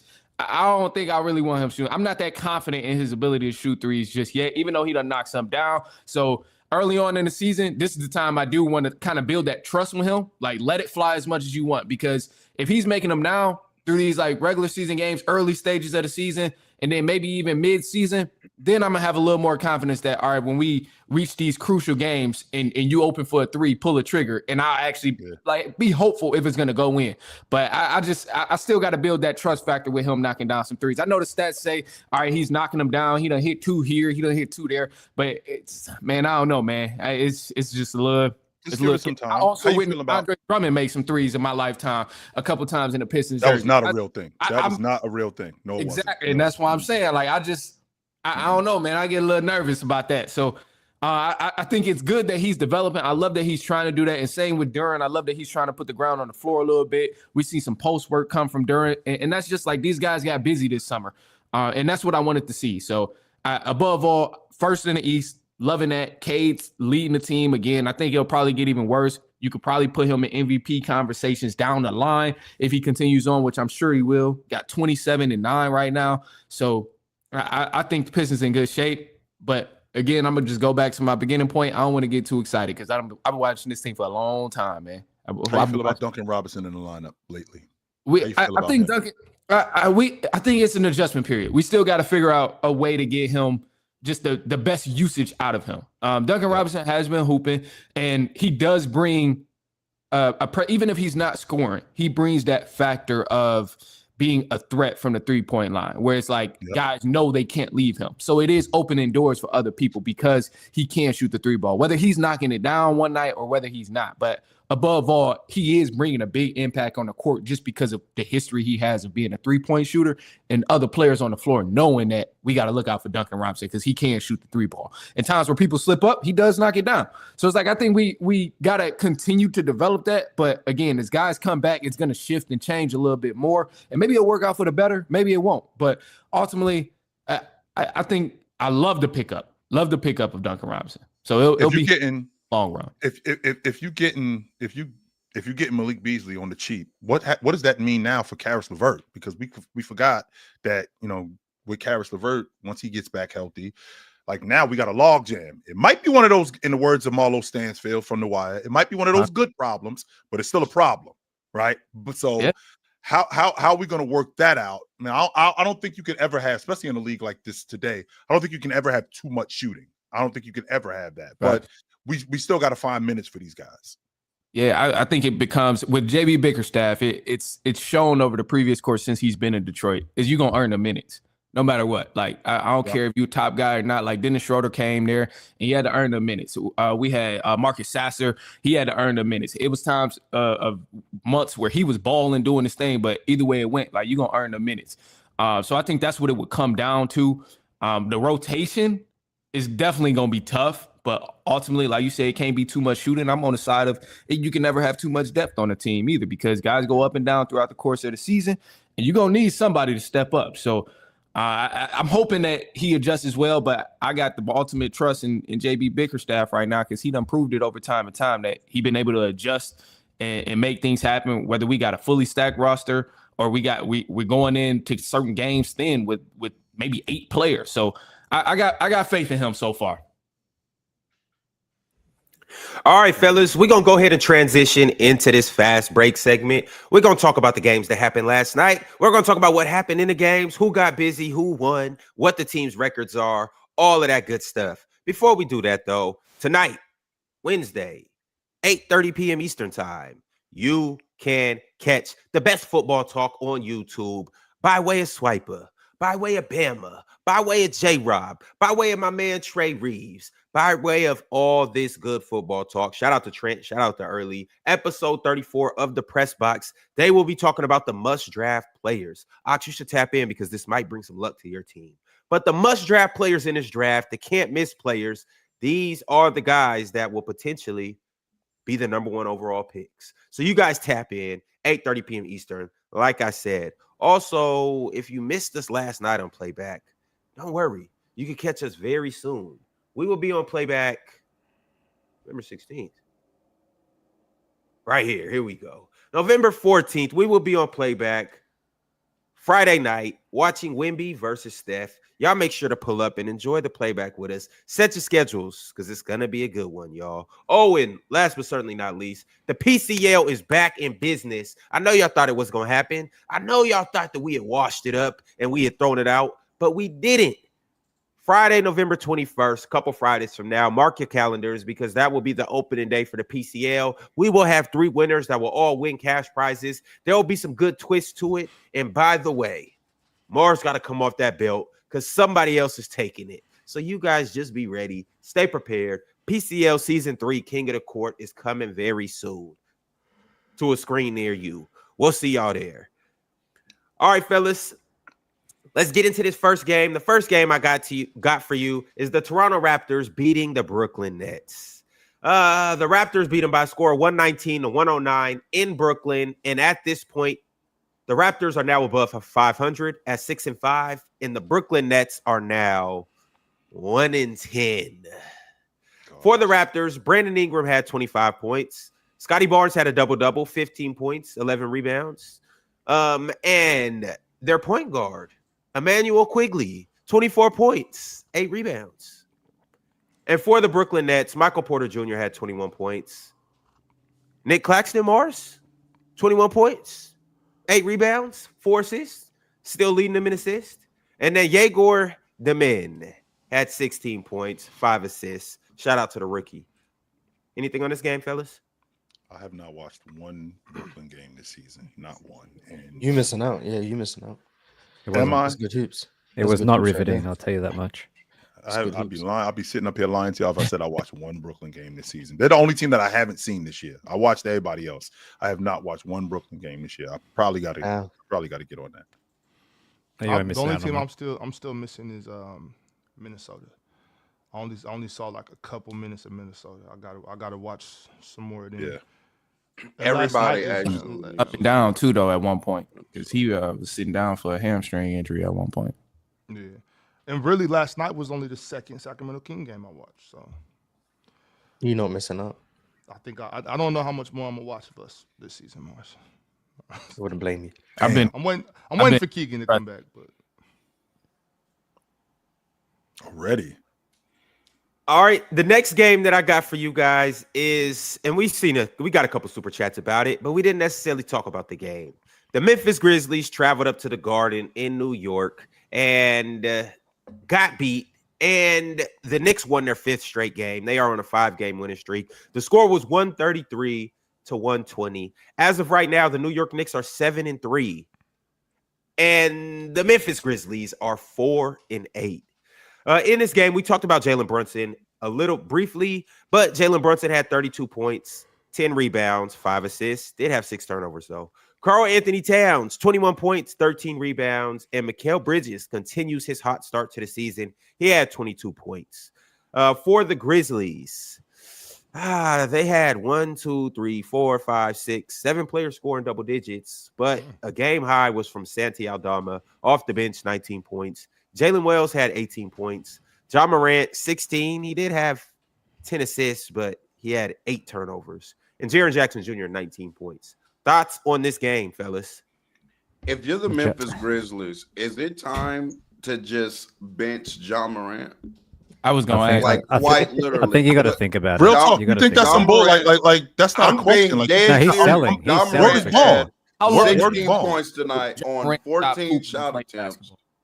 He had 16 points, 14 shot attempts. I think he went 4 of 14. 14. He Yeah. had 8 turnovers. At this point, all you're doing is hurting our team. And if you want to be moved, you're hurting your trade value as well. So at this point, we need to sit you down because you clearly don't want to be here no more. Or to Mars's point, because I was talking to Mars about this yesterday, Mars thinks he might just be this bad now. I'm not of that belief. I don't think many others up here are of that belief.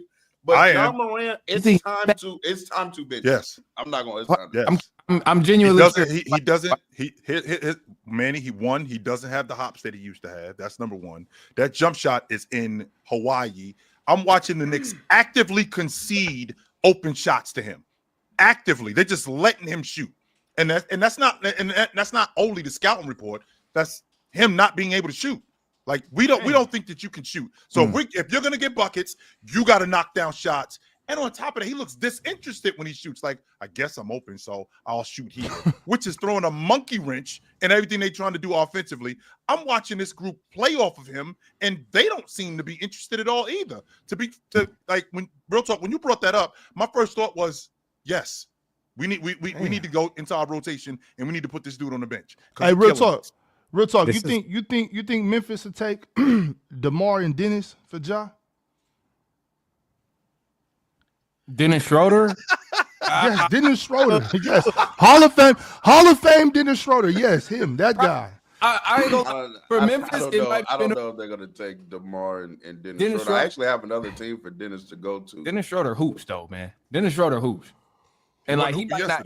He might. Well, yeah, that's true too. He might not give you. He might not be the guy that's gonna be the face of the league or face of the team, but he definitely gonna get in there and play some defense, if anything. Like and he's gonna be another effort guy. And right now, I think the Grizzlies need that because they leader or quote unquote leader on the team ain't giving no effort, and he barely want to be there. So to me, if I'm front office of Memphis Grizzlies, I'm turning all my direction toward Jaren Jackson. I'm looking at Jaren Jackson. I'm like, look, bro, it's on. I know. Look, it could be. I see your face there, but I'm just saying, I'm turning my direction toward him, and I'm like, look, bro, it's on your shoulders now. So I mean, you're gonna have to leave. Who's their GM up there? Over there, y'all know? I don't know who the GM is actually. I forget his name. I'm not sure. Hey, it's no big deal. Shit, call that brother. Yeah, get DeRozan over there. It can't be worse. To answer Ron's question, Zach Kleiman is their GM. Cat was doing big man things last night, getting to the rim. He was getting on the glass. I think that Mikal Bridges is so much more comfortable in this kind of offense, of more free flowing and just being a basketball player. He just looks a lot better in this offense as opposed to when he would just stand in the corner and Jalen Brunson would operate. He looks a lot better. Plus, they playing faster, and that's more conducive to his game too. So he looked really good in this offense. I like what I'm seeing from him. I'd like to see Kolick get a little bit more run, because I really like him as a backup lead guard. I like this. I don't really know what Mike Brown's doing in that aspect. And am I in the minority when I'm like, yo, Jordan Clarkson, 1 minute, yo, he looked like a great rotation guy, and then the next he looked like, yo, you probably shouldn't be playing tonight. I don't know if 100%. I'm in the minority with that. So yeah, you're right. You're I mean, bang on I think this Knicks team is going to cause some trouble. But as far as Memphis, I'm trying to remember, and I'm sure you guys have heard me say this. I'm trying to remember the last time I seen a star, more disinterested in being somewhere than what's going on with Ja right now. Jimmy Butler. Jimmy Butler. That's what I was thinking, Mark. I was thinking either Vincent Toronto or when James Harden put the fat suit on. Hello, No, Jimmy Zach? Butler. Zach? Jimmy Is as that well. you? Yeah. Is that you, Zach? Look, Hey, Durant, hey, Zach, I got a Hall of Famer for you. I got a Hall of Famer for you. Dennis Schroeder, he's a Hall of Famer, first ballot. Let me get Ja's in you. the middle of a $197 million deal. Oh my God, David, you killing me with this money, yo. God. DeMar, I'm so glad you brought that up. I'm so glad you brought that up. Oh my God, you killing me with this money, yo. Because we have to talk about it. Like, it's not like it's something that you bringing up where, like, why are we doing this? This is the part of basketball that needs to be discussed. This ain't 2K where we just throwing players around. But Chill, if you remember, Chill, he's supposed to be making more. If it wasn't for that little situation, he would have got that what was that Supermax he could have got because what happened? Remember he missed that. They was about to be on the hook for a lot more than that. On the All NBA team. I think that's right. Being on the All NBA team because of that. Yeah. Give it a couple more. Y'all gonna start rapping. He about to drop an album. He gonna retire from basketball. He gonna be like, look, check out my album. I got Young Boy on here. I got Roddy Ricch on here. I got Drake on one of these songs. Just give it a couple more months. He about to drop an album. You guys hate him, man. Watch when Ja figures it out, and you guys gonna Facts. It needs a different situation. Hey, I'm with that, man. Ja start rapping. Hope I'm wrong. Why not? He needs a different Real situation. talk. Did this dude not just tell you yesterday he don't think Ja that good anymore? He not just tell you that yesterday? That's actually not what I said. He did That's just. not what I said. He What did no. you say exactly, Yes. Mars? Yeah. That's He not what I been a lot to you, Exactly, Tim. Mars. He been a lot to you. Go ahead, Mars. Come on, This Mark. is Let's hear exactly the what lie. happened. If Real Talk says anything else happens, he's lying. We was talking about John Morant, and Real Talk said he doesn't think John Morant is just this bad anymore. And all I said was, why not? He could be. That's what I said. I didn't say I think he is. I asked why he can't be this bad. That was it. So Real Talk, go ahead and lie and say I think John Morant is this bad instead of saying I. Okay, why so chill. Here we go. So here's Mars' great trick, right? Imply something, but then I get to say, He knows. He knows. That's what I said. So look. He knows Somebody that's what I said. Somebody asked, is the job playing worse than 22 Russ? Which that means the bar is beneath hell, right? And but he's might playing be playing worse than than Westbrook 22 did. Russ. He's playing worse than Westbrook. He might be worse than 22 Russ right now, which is, bruh, he is playing terrible right now. Chill. He's Mars, playing did you not terrible. say? I'm 100% confident, Mars. I heard you say to me, we were talking about the point guards and you point guards specifically, and you told me that you don't think that Ja Morant is a top 10 point guard in the league because you don't think he's that good anymore. Did you not say that to me? Verbatim. When we had the Darius Garland conversation, is that what we're talking about? When we had the Darius Garland, is that what I'm talking about, Mars? Is that? Yeah, I don't think he's a top 10 point guard, but that's not the same thing as what Real Talk is saying. I said, Right. I just Manny, think there's 10 what point would guards Ja's there, but rap that's name not- be? I don't think that's crazy. Ja, it's just gonna be Ja. He don't need no rap name. Like Ja Rule, like Ja Rule, it's gonna be Ja. Yeah, it's just gonna be that's Ja. what it's gonna be. Ja, So y'all tell him we gonna have Ja rapping. We gonna have jump out this window. But chill. We gonna have Nuts. T all in the videos, dancing. You know, T gonna be all in the videos. Hey, wait till John Usher dropped that song called Twin. videos, man, You guys are haters, man. Respect John Morant, man. Let me ask you this question, Mars. Since you've seen Ja over the last, let's say, 3 seasons, 2 straps. in your estimation, Mars, what do you think happened to Ja Morant over these last 3 fine. years? Like, how did we go from here to where we are now? What do you think happened? The league changed and he got worse. The league's getting bigger. The need for your point guard to be able to shoot is more important. It's tougher to get to the rim now with the way defenses load up. The league's going more away from pick and roll, but he's a pick and roll heavy guard, so he just doesn't really fit in terms of stylistically. And his scoring limitations have just become more detrimental as he's become less explosive and the league is kind of caught up. This is a guy who's shooting 48% at the rim. And that's meant to be where he's Ja Morant. He's 48% of the rim. He's shooting 21% on jump shots. I don't shout out to Darla, 95% from the free throw line. So, you know, that's good. It's weird though. Yeah, it's just he's very limited as a scorer. And I think the league we've got to a point where being a limited scorer and you have the ball in your hands a whole lot becomes more problematic than good. I agree. I remember certain things like point guards like Russ. I mean, just players in general, like Russ.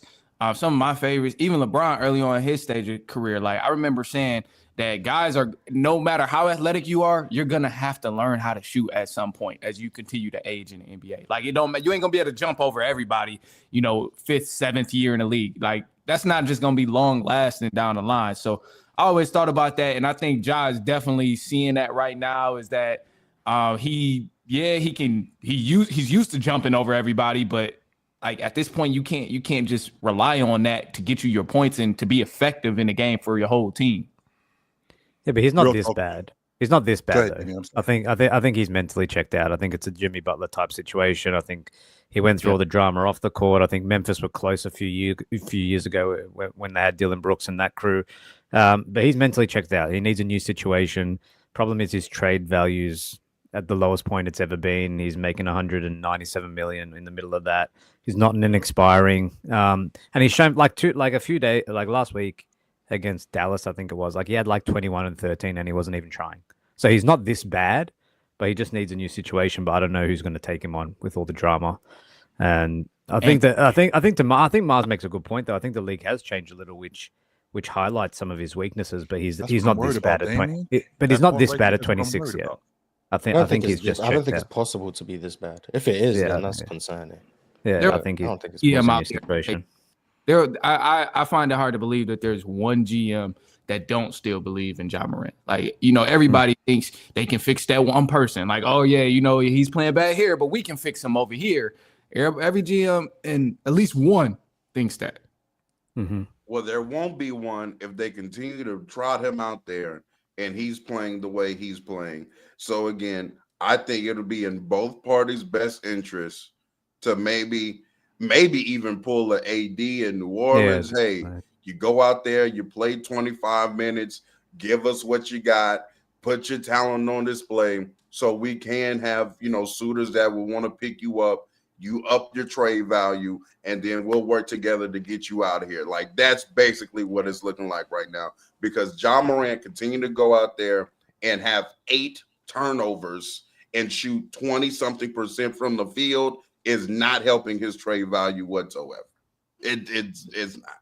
They gotta let him be himself. You know what I'm saying? He need to go to a franchise that's gonna let him be him. He need to go to Charlotte or something where he could, you know, play with guns and do some gangster shit. You know what I'm saying? Because that's what he wanted to do. And when he does that, he's a superstar. And so it's just like, if he's not allowed to do that, he just ain't locked in. I think he need to go. Ja has shot above 36% from the field twice this season. That's crazy, man. You know what he really need to do? Maybe he might need to pick that bottle back up. Hey, sometimes, you know what I'm saying? All right, so we're going to move on to the next game. All right, the next game. The next game that I got for you guys is the Boston Celtics traveling to Philly to play the Sixers. And the Sixers pulled it out, edged it out, barely down the stretch by a score of 102-100. And right now, the Celtics are 5-7. And Philly still at the top of the East at 7-4. This is what happened in this game. Jaylen Brown had 24 points for the Celtics. Derek White had 18 points, 7 assists. On 20 shots. On 20 shots. How could I forget? on 20 shots, 18 points on 20 shots for Derek White. And on the other end for the Philadelphia 76ers, Tyrese Maxey had 21 points. Justin Edwards had 22 off the bench. Quentin Grimes, 18 off the bench. And that was pretty much that. It was a low-scoring affair, but Philly gets the win. Any thoughts on this, fellas? Shout out to all Boston NBA need Derek to. White. I think Boston need to stop trying to be competitive, man. I think they just need to go for it. There's no point being in the lottery and being halfway in the lottery. I think you should try and aim to be on top of the lottery and then welcome Jason Tatum back there. To me, they're far too competitive. Anthony Simon's having a nice year, and maybe his value is something that you're going to flip closer to the trade deadline potentially. Shout out to Philly though, man. I think that I don't know how much time we can spend on Philly, but they've been really good to start the season. I don't think anyone expected them to be this good with all the drama, except for Mars, probably. Respect Mars for the vision. Shout out to them though. Yeah, they've gone through a lot, and they look good. And Tyrese Maxey's obviously playing at an all-star level. So shout outs to them, man. Good game. Shout out man. Justin Edwards, by the way. Justin Edwards was hooping last night. Yes, he So, did. shout out to him Edwards for did sure. Absolutely, who. And Kelly Oubre for But- the game winner. That is also true. And we also saw Jordan Walsh box Maxey for like 3 possessions straight. That was fun to watch, you know. Yeah. Shout out to the Sixers, man. Embiid missed last night's game with knee soreness. So do with that information what you will. Baby do with that steps. information Baby what you steps. will. But we still gonna be good. It's Philly and 6. Don't worry, it's cool. You're muted, Ron. But Ron, but PG, Yeah. some good news on PG, Ron, as well. PG's Yeah, yeah, he's ramping going to up. be He's close, evaluated. he's ramping up. So he's close. Are we making progress? Is that what I'm That's what Yeah, we're understanding? he just- said they're trying to strengthen the left quadriceps before he's ready to play. But he's in his final stages.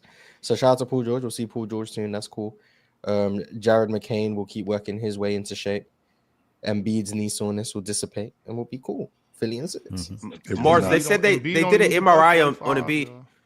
They did an MRI on Embiid and they said it was negative. So they said everything. Yeah, there's nothing wrong with his knee. It's just it was a bit sore. You know what I'm saying? So we're cool.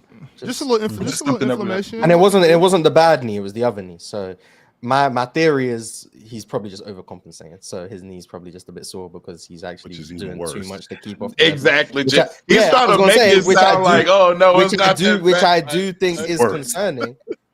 But if they're Oh, gonna rest man. him every time he has knee soreness, and there's nothing And- structurally wrong with the knee, Yeah. And Mars, that's what they need to do every time. Every time Exactly, he that's doesn't need to ever try to play through the pain. We're past that. You at this point of your career, no, sir. That's all I'm saying, You're playing 40 games if you're lucky. there's nothing wrong All right. structurally. Just rest him anytime he doesn't feel great. There you go. I'm got to be consistent with it. Real talk. These are super. These Chia, are superstars. Chia, all these well-paid full-time salaries for part-time employees, man. Come to work, 5-day work week. I'm coming to work You know twice what a I'm week. saying? Chill, that's Getting the- paid chill, for that's long the- Real days. talk on the panel. Real talk. This is a 5-day show. I'm sure I He don't can't have do a this week. full-time salary. I'm sure I have a part-time. What are you talking about? Okay. He literally criticizing the thing he do. Salary. I don't have the full-time salary. Chill, This that's man here that's 2 days a week. but real talk. That's the world we live in now, though. And I think I tried at the beginning of this year. That was my New Year's resolution, was just to come to terms with this Gen Z world. They run the world now. We get to take mental health days when you wake up with a headache. You know what I'm saying? You know what I'm saying? You get to be in safe spaces when your colleagues piss you off a little bit. You know what I'm saying? That's the world we live in. I should feel safe at work. Yes, absolutely. You know what I mean? All right, so fellas, I we- think we- there's nothing we wrong gonna with move that. on Real to the- talk. Let the man rest. We're going to move on to the next game. Fellas, here in a second, our segment of the day will be Players Court. Oh, So yeah. you see, hey, we got the in-season tournament courts now. So we'll get to this in a second. Y'all stick around. In the meantime, make sure you like the video. Make sure you subscribe. Become a member. Shout out to everybody that's watching on Twitter. Shout out to everybody that's watching on Facebook. And shout out to everybody that ultimately is just here in this stream. On to the next game. It was the Golden State Warriors getting mollywopped by the Oklahoma City Thunder. The Thunder are 11-1. And the Golden State Warriors are now 6-6. In this game, it wasn't really anything for the Warriors. Jimmy Butler scored 12 points. He went 2 for 3, 22 minutes. Efficient. Steph Curry scored 11 points in 19 minutes. 19 minutes and 59 seconds to be exact, so almost 20 minutes. And then Jonathan Kuminga led the team in scoring with 13 points. Ooh. On the other end, Shai Gilgeous-Alexander in 3 quarters gave you 28 points, 11 assists, 3 steals. Chet Holmgren, 23 points, 11 rebounds. And off the bench, Isaiah Joe, 18 points. AJ Mitchell, 17 points as well. Thoughts on this game? Anything? Oh, man. Now, the first week of the season for Warriors fans must feel like a lifetime ago. when they were lighting up social media saying, you better watch us. We're coming. We're doing it. Back. We're going for another long run. Now you're 6-6. I think the league hits you fast. Let's just say that. To be honest with you, that's not bad. I'm sorry. I was just saying that's. I don't think 6-6 is bad. I think this Warriors team might be a roller coaster team. This might be a roller coaster team. But if at the end of this season, if early April, if they're on the up, it's okay. It's okay to get beat up by OKC. I actually like games like this, and the reason why I like games like this, Ron, is because it's a measuring stick. It gives me an idea of how close I am or how far away I am. And this Warriors team, if we're being honest, they're not close. If you watch what I watched yesterday with this group, one, they got their ass kicked on the glass. Their interior defense is awful. Shai basically gets whatever he wants, whenever he wants. I mean, he does that against a lot of people, but he did that yesterday. Their rotation guys in Pozinski, I mean, they don't really give you. They're not giving me. This was the same problem last year. That's why they went and got Jimmy Butler. And it's the same problem again this year, only except buckets is there, and they're still not getting any as much production as they could have gotten. So we got the same thing going on, right? So I got a problem in my bathroom with my plumbing. The plumber's here. The damn bathroom still ain't fixed, and that's what's going on right now. Yes, what the hell? Because that's what you call Jimmy Butler for. You call Jimmy Butler because we need buckets. Well, you bring Jimmy Butler over, we still got a problem with buckets. Still, so their interior defense is awful. They can't rebound. They can't score as much as they would like. And on top of that, I mean, Oklahoma City, they just took advantage of them in the interior. And this Warriors team, and don't forget, guys, and you guys know the annual Steph Curry this way. When do I usually get it? Around like late December to early January. So it's coming, right? So we know that's coming. So in the process of that, that's going to be an even bigger problem. So I like games like this because what it does is it gives you an idea of where you are. And the Warriors, for what everybody was telling me, they aren't close. Chill, I do want to be fair to the Warriors. This was Steph Curry's first game back in a minute, right? He's getting over his sickness or whatever. They still say he's like questionable to play today, so I don't even know if he's all the way over it. And also, I think they did as good of a job on Shai as far as nowadays in the regular season as you can. He ends up with 28 points and 11 assists. Also want to give out a shout out to Chet, who was 100% from the field across the board. Didn't miss a shot, a three, a free throw, nothing. He hooped. But I also want to say this very quickly because the Warriors came out. There was a few players that came out and had some interesting things to say after the game, and Draymond Green and Jimmy Butler. But I do want to say, how dare Jimmy Butler get on a microphone and try to harp on another teammate who may not be, doing what's best for the team, and he's looking to fulfill his own agenda, and maybe you looking to fulfill your own goals and you trying to get paid, when we saw what the hell you just did in Miami. We just saw you quit on a whole roster, a whole team that, mind you, y'all were just in the finals not too long ago, and y'all have been a playoff contending team whenever you and Bam have played well. So I don't understand how Jimmy Butler has the gumption, the unmitigated gall, to go out there and criticize whoever he was talking about like that post-game, talking about a selfish agenda. Do you know what you just did? Do you not remember what you just did? You quite literally left Miami You did the exact because same thing. you didn't get paid.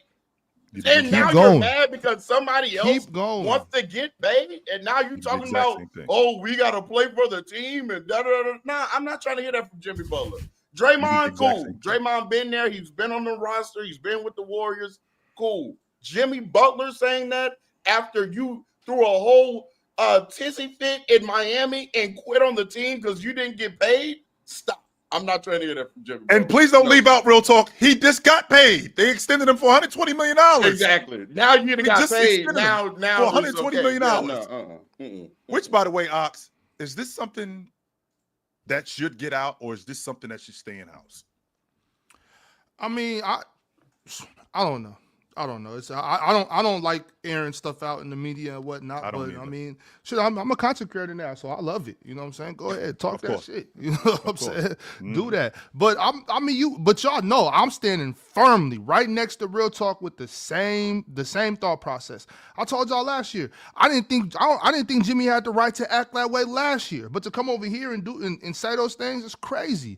I was disappointed in Jimmy last season, the way he acted over there in Miami, and I thought he was holding up the team over there. It was just ridiculous. So I'm happy that you just said what you said, Real Talk. That was because that's ridiculous for Jimmy Butler, and he should be held accountable for that. We got some guys that got agendas. That's what he said. We got some guys that got agendas. Like you didn't have an agenda in Miami. That's a cancer. Like that was, in fact, that was your sole agenda, which was to get paid. Exactly. That was And your this man, sole this man agenda. be over there, and all he do is make coffee and What's be at the happening beauty right now? at the beauty supply store, getting his hair laid and stuff. Get out of here. Playing with Jimmy. What's wrong with man. looking good? Nothing. Well, speaking of looking good, we got some people that sent through some super chats. So I want to make them look good for the things that they said. We about to slide into the crunch time chat segment. Let's go ahead and make it happen. The first super chat that I got is from Indoor Voices Network. Indoor Voices said, name two players who played within the same era that you would love to have seen play together. For me, it was Bron and Kevin Garnett. Would have been amazing. Who Two y'all got? players that played in the same era that I would love to have. Steve Nash and Garnett would have been awesome. Wow. LeBron and Steph, LeBron and Kobe. Would have loved souped up MJ and Pippen for sure. Bron and Kobe not losing. Yeah, that's crazy. Wow. I would have loved to see KG and Paul Pierce. Oh, wait a minute. Oh, wait a minute. Didn't you see that already, though? KD Ox? and Steph, so yeah, we on the same page. How'd that Right, go? KD and Yeah, Steph. I was gonna say You KD know and what? Steph. Actually, Chill, you know who I would have loved to see play together? Scottie Pippen and Mitch Richmond. Mm. 6 rings, yeah, 6 rings. No, I walked that back. 4, not 6. 4. Oh, They got 4 rings. Okay, 4 They rings. got We'll take 4. Make I sure would like to see see Magic and MVPs. Ralph. Who you got, Ron? I would have liked to have seen Magic and Ralph because I saw them in the All-Star game, and that would have worked. Just wait. Coop gonna team up with Wemby soon. You'll see it. Let's see it. You'll see I'm it. here for it. Yes, sir. I'm here for it. No doubt. KG's name was thrown out a couple times, but for me, I would have always wanted to see two-way demons play against each other. One down in the paint and another on the perimeter, and that's Kobe Bryant and KG. I would have loved to have seen that. That's no knock to Bron and KG. That's no knock to Nash and KG, but I know they would have turned the league up. That wouldn't have been fair, bro. That wouldn't have been fair. David Stern. They would have won. never- I think that they would have. I think they would have won games Never. just off the strength of just them being there and scaring the shit out of teams. Like we don't want nothing to do with these dudes. No, You would've know been how game fast? You changer. know how Away fast David Stern would have broke a hip trying to stop that. Like no Yeah, he would've put the kibosh on way. that. Like, you too? No fucking I don't way. think so. Oh, Mm-mm. also too No. on a lower level, not necessarily in lower level because they were two like top 5 players when they played, but CP3 and Dwight, I would have loved to have seen that. Yeah, Yeah, that would have been nasty. Yeah.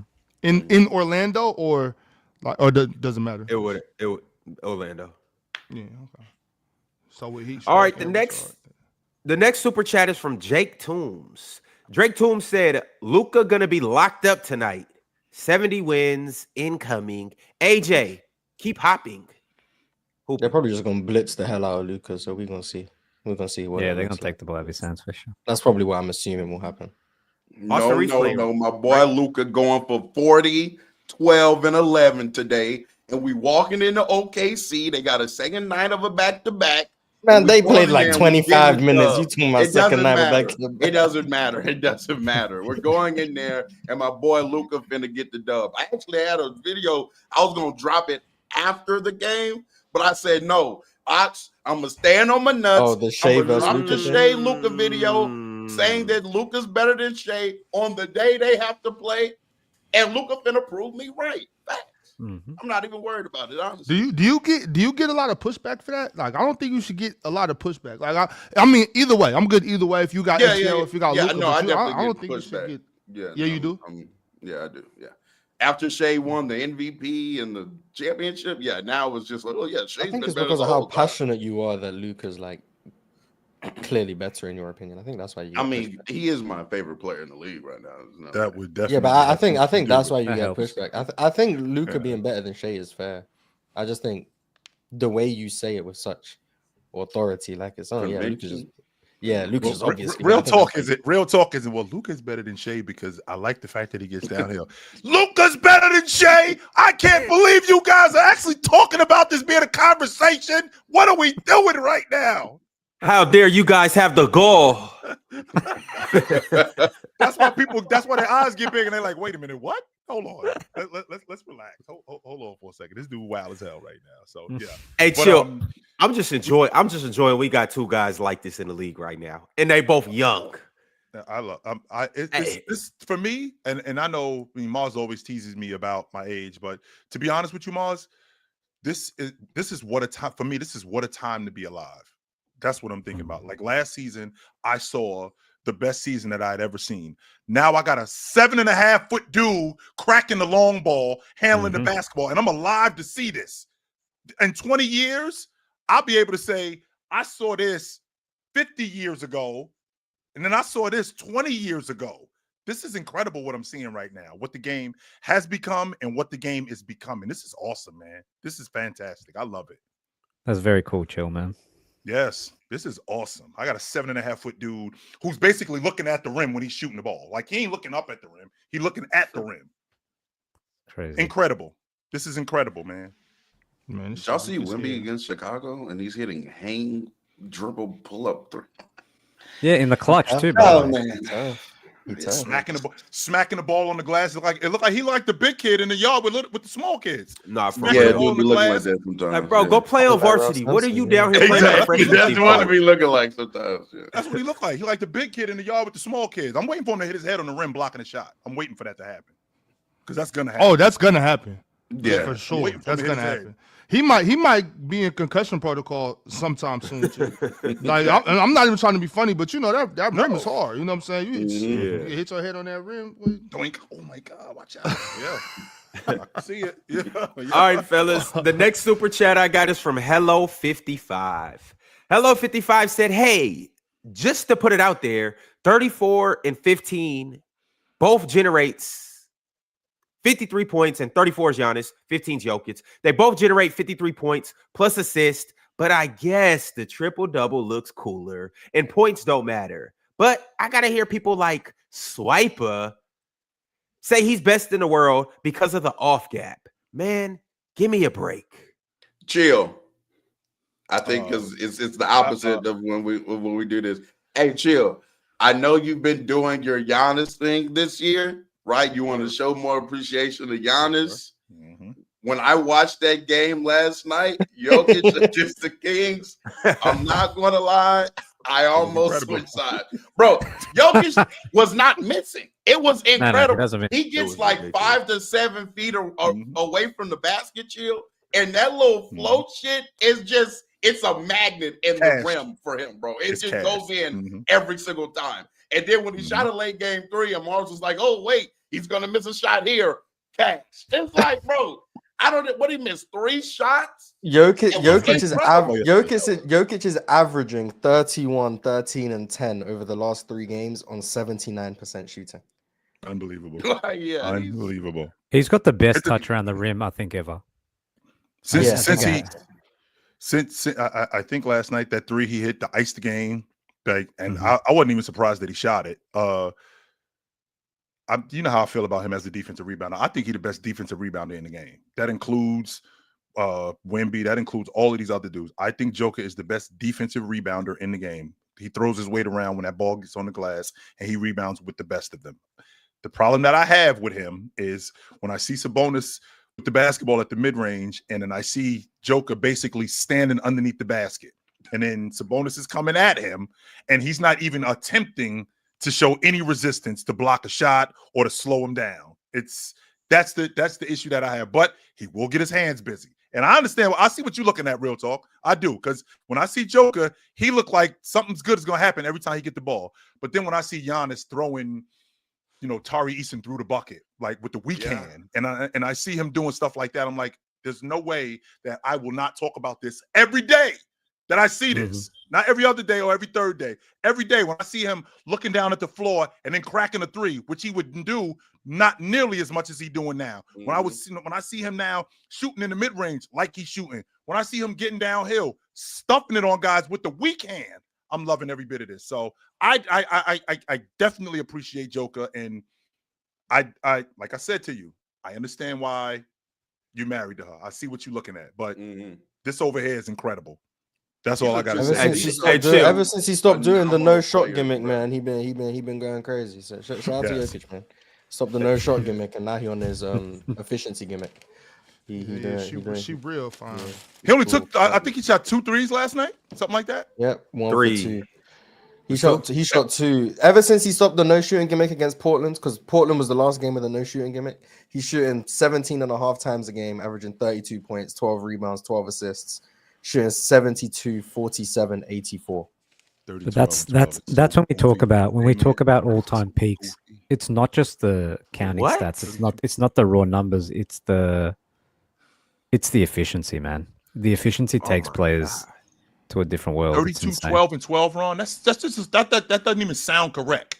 32, No, the 12, and 12 efficiency. on 72% from the field, 47% from Like, you 4 ain't really attempts a doing that game in from real 3, life. by the way. Insane. That So is 47% ridiculous. from 3 on 4 attempts a game, 84% from the line on 5 attempts a game.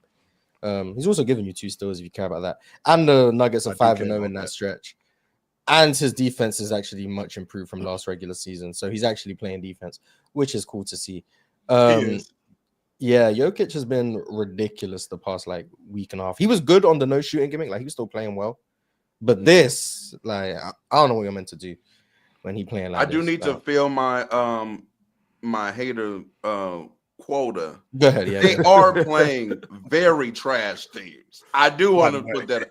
They are. There's the easy part of their right schedule is now. here. Yeah, it's tough part. Yeah, they are. Even the playing good teams they're playing are because- small teams. Like they played Miami. and Yeah, Golden they're State, playing, but they're some like 2 duds right tiny now, man. teams. Yeah, So, they're- But real talk, you're supposed to take care of business against those type of teams. Oh no, absolutely. You're supposed to stomp them dudes. Don't think you have to come over here getting anything easy. You know what time it is when you come over here. Don't think you gonna come over here and back doors. No, we gonna stomp you, and we gonna send a message to the rest of the league that when y'all come in here, it's an issue. Or when we come into your house, we come in to take everything y'all got. So you figure on their next 10 games. They got the Clippers tonight. They got Minnesota on Saturday. They got the Bulls on Monday. New Orleans, who they should beat in New Orleans. Then they're at Houston. And they got Sacramento again. They should trounce Memphis. Wemby is in town. They go to Phoenix, and then they got Dallas. Of these 10 games, I think they could win 7 of them, maybe 8. that Houston game is going to be interesting to me. Easily 7 or 8. That's Chill, a very easily. interesting game. I want to see that Houston game. I think tonight, just seeing how Zeus matches up with Jokic, because we know Zeus like the Jokic defender in the league. So I want to see that matchup. But that Rockets matchup is going to be very, very, very interesting. Is it because it's the in-season tournament? You think that has something to do with it? I didn't even know it was the in-season tournament. Yeah, it's the in-season tournament. I just Today's think the first Houston's Wednesday slate. Houston's one of the biggest chill. teams in Chill. the It's not the in-season tournament tonight yet. Yeah, Friday. It's like, No, I'm talking about when No, they play the Houston game. The talking about when Houston they play game. Houston. I didn't know it was the in-season tournament. He's one of the biggest yeah. teams in the league. I just want to see how he matches up with them. Yeah, he's also Also- kind of struggled against Şengün in the past. So Also, before we move to the next super chat, shout out to Jamal Murray. And we didn't get a chance to talk about that game. And also, we didn't talk about the Pacers Jazz game. We'll get to those games hopefully a little later. But shout out to Jamal Murray because he got busy last night. Mm-hmm. But Is I Jamal do Murray want an to All read Star this this season, Ron? Highly doubt it. Is Jamal Murray an All Star this year? Like, I mean, let's run through the. Also do want to talk about the. I guess this would be a good time to talk about the NBA All Star format. Hold on while I bring it up. But there's going to be 24 All Stars, 12 from each conference, but it's positionless, completely positionless. Oh, he's not an All-Star. He's not an All-Star. He's not an All-Star. Okay, there you go. Yeah, so he's not an All-Star. So it's not the 2 guards, 2 forwards, and center. I mean, I would say it's about completely time. positionless. I would say it's 24 about is time. too many, though. Next step is get rid of the conferences for the All-Star game, but we're getting close. We're getting close. See, I Damian, think we did that for the you and me are at world odds with team that. though, Chill, because like the world team I think they have like a lot of great bigs, but then like if you did it by position, like after Shea is like It gets tricky. Yes, it does. Who's the it next does. guard? Jamal Murray's the So next. there's a Yeah, stipulation in Jamal there. Murray, like, There's a stipulation in there for the world teams that if you have American players can be in the world team if they have European affiliation in some capacity, whatever that means. So that's to even out the playing field. I don't know what they mean by that. So I could be on. Like who? So I could be on the world team if I don't know. Shout out to If my you were mother's, born in King France or Jalen something. Green, my Filipino. my King mother's Jalen German Green, or some what's shit going like on, that. I don't know. Yeah. I think that's what they mean. But I think Like Damian OG? I'd assume OG has some lineage. I He's thought OG could like play for like I thought he was like had like He could play for England, so yeah, I guess that would count. Yeah. Okay. Damian too and many I that are show, yeah. at odds because like Damian thinks that it's too. I think it should be 15 guys on. I think the All-Star roster should be expanded to 15. Just like I felt like when you had the All NBA, like all defensive team, I think we need a third team because I think some guys get left out that shouldn't get left out. So I'm at a little bit of odds with that. That's how I feel about that. Yeah, I don't mind the extension. I think All NBA is a little bit different in terms of there's just so many guys that have so many good seasons that it feels unjust to not reward them for those good seasons.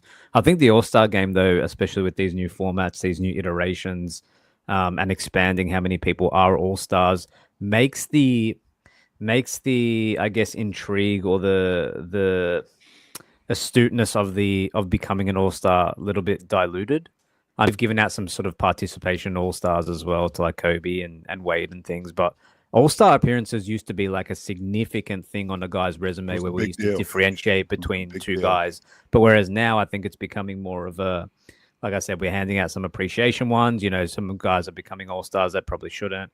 Some guys are becoming All-Stars because guys are injured as well. So I think the standard is sort of is wasted away a little bit in the All-Star. It used to be very prestigious being named an All-Star. I don't think it's necessarily as prestigious anymore.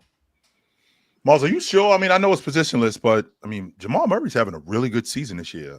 I want to say he's like what 20, 21, like 6 and 4 on really good efficiency this year. Well, so Shea's guaranteed, Wemby's guaranteed, Jokic is guaranteed. That's 3. Luka is guaranteed. That's 4.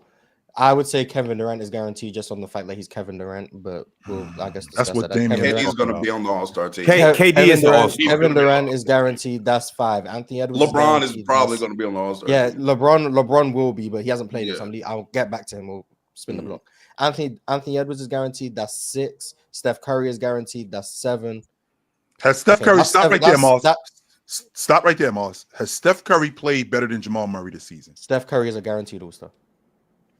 That's all we're gonna. Okay, so he's gonna make the All-Star. Whether he's played better than Jamal Murray, that he's played better than him. Okay, that's 7 guaranteed All-Stars. Then you would get into the territory where you start talking about Chet Holmgren, J-Dub when he comes back, De'Aaron Fox if he's gonna play his way into the All-Star game now that he's playing. LeBron James when he's playing, Austin Reeves now, James, the I way think he's that's- been Austin playing. Reeves has played better than Yeah, he's he played has better played- than he has Jamal played- Murray. Yeah, he has played I better. can give So it all three. Austin Reeves when he gets back, Alperen Şengün is another one. Julius Randle the way he's been Any playing. Blazers? Devin Booker the way he's been Devin Maybe playing. Drew Booker Holiday. for 12 right there, sure. Miles. That's 12 Denny guys right Avdija there. the way Denny Avdija. Penny has been better than him. Lowry Markkinen the way Well, Lowry Denny will be Markkinen Has with been the, better than him. James Harden the way James Harden's been playing. Kawhi Yeah, like Leonard when he's 16 available the guys. way he was playing. And then Anthony Davis also plays the sport. But And don't forget that, Mars. That's a good So, point no, he's because not gonna be it is going to be in Inglewood. So James Harden, Kawhi Leonard, those guys. James Harden's also just been better than Jamal Murray. But Oh well, that's- yeah, of course, but yeah. So yeah, no, he's not going to be an all-star unless like all of them get hurt. Then yeah, he can make it, but he's not going to be an all-star.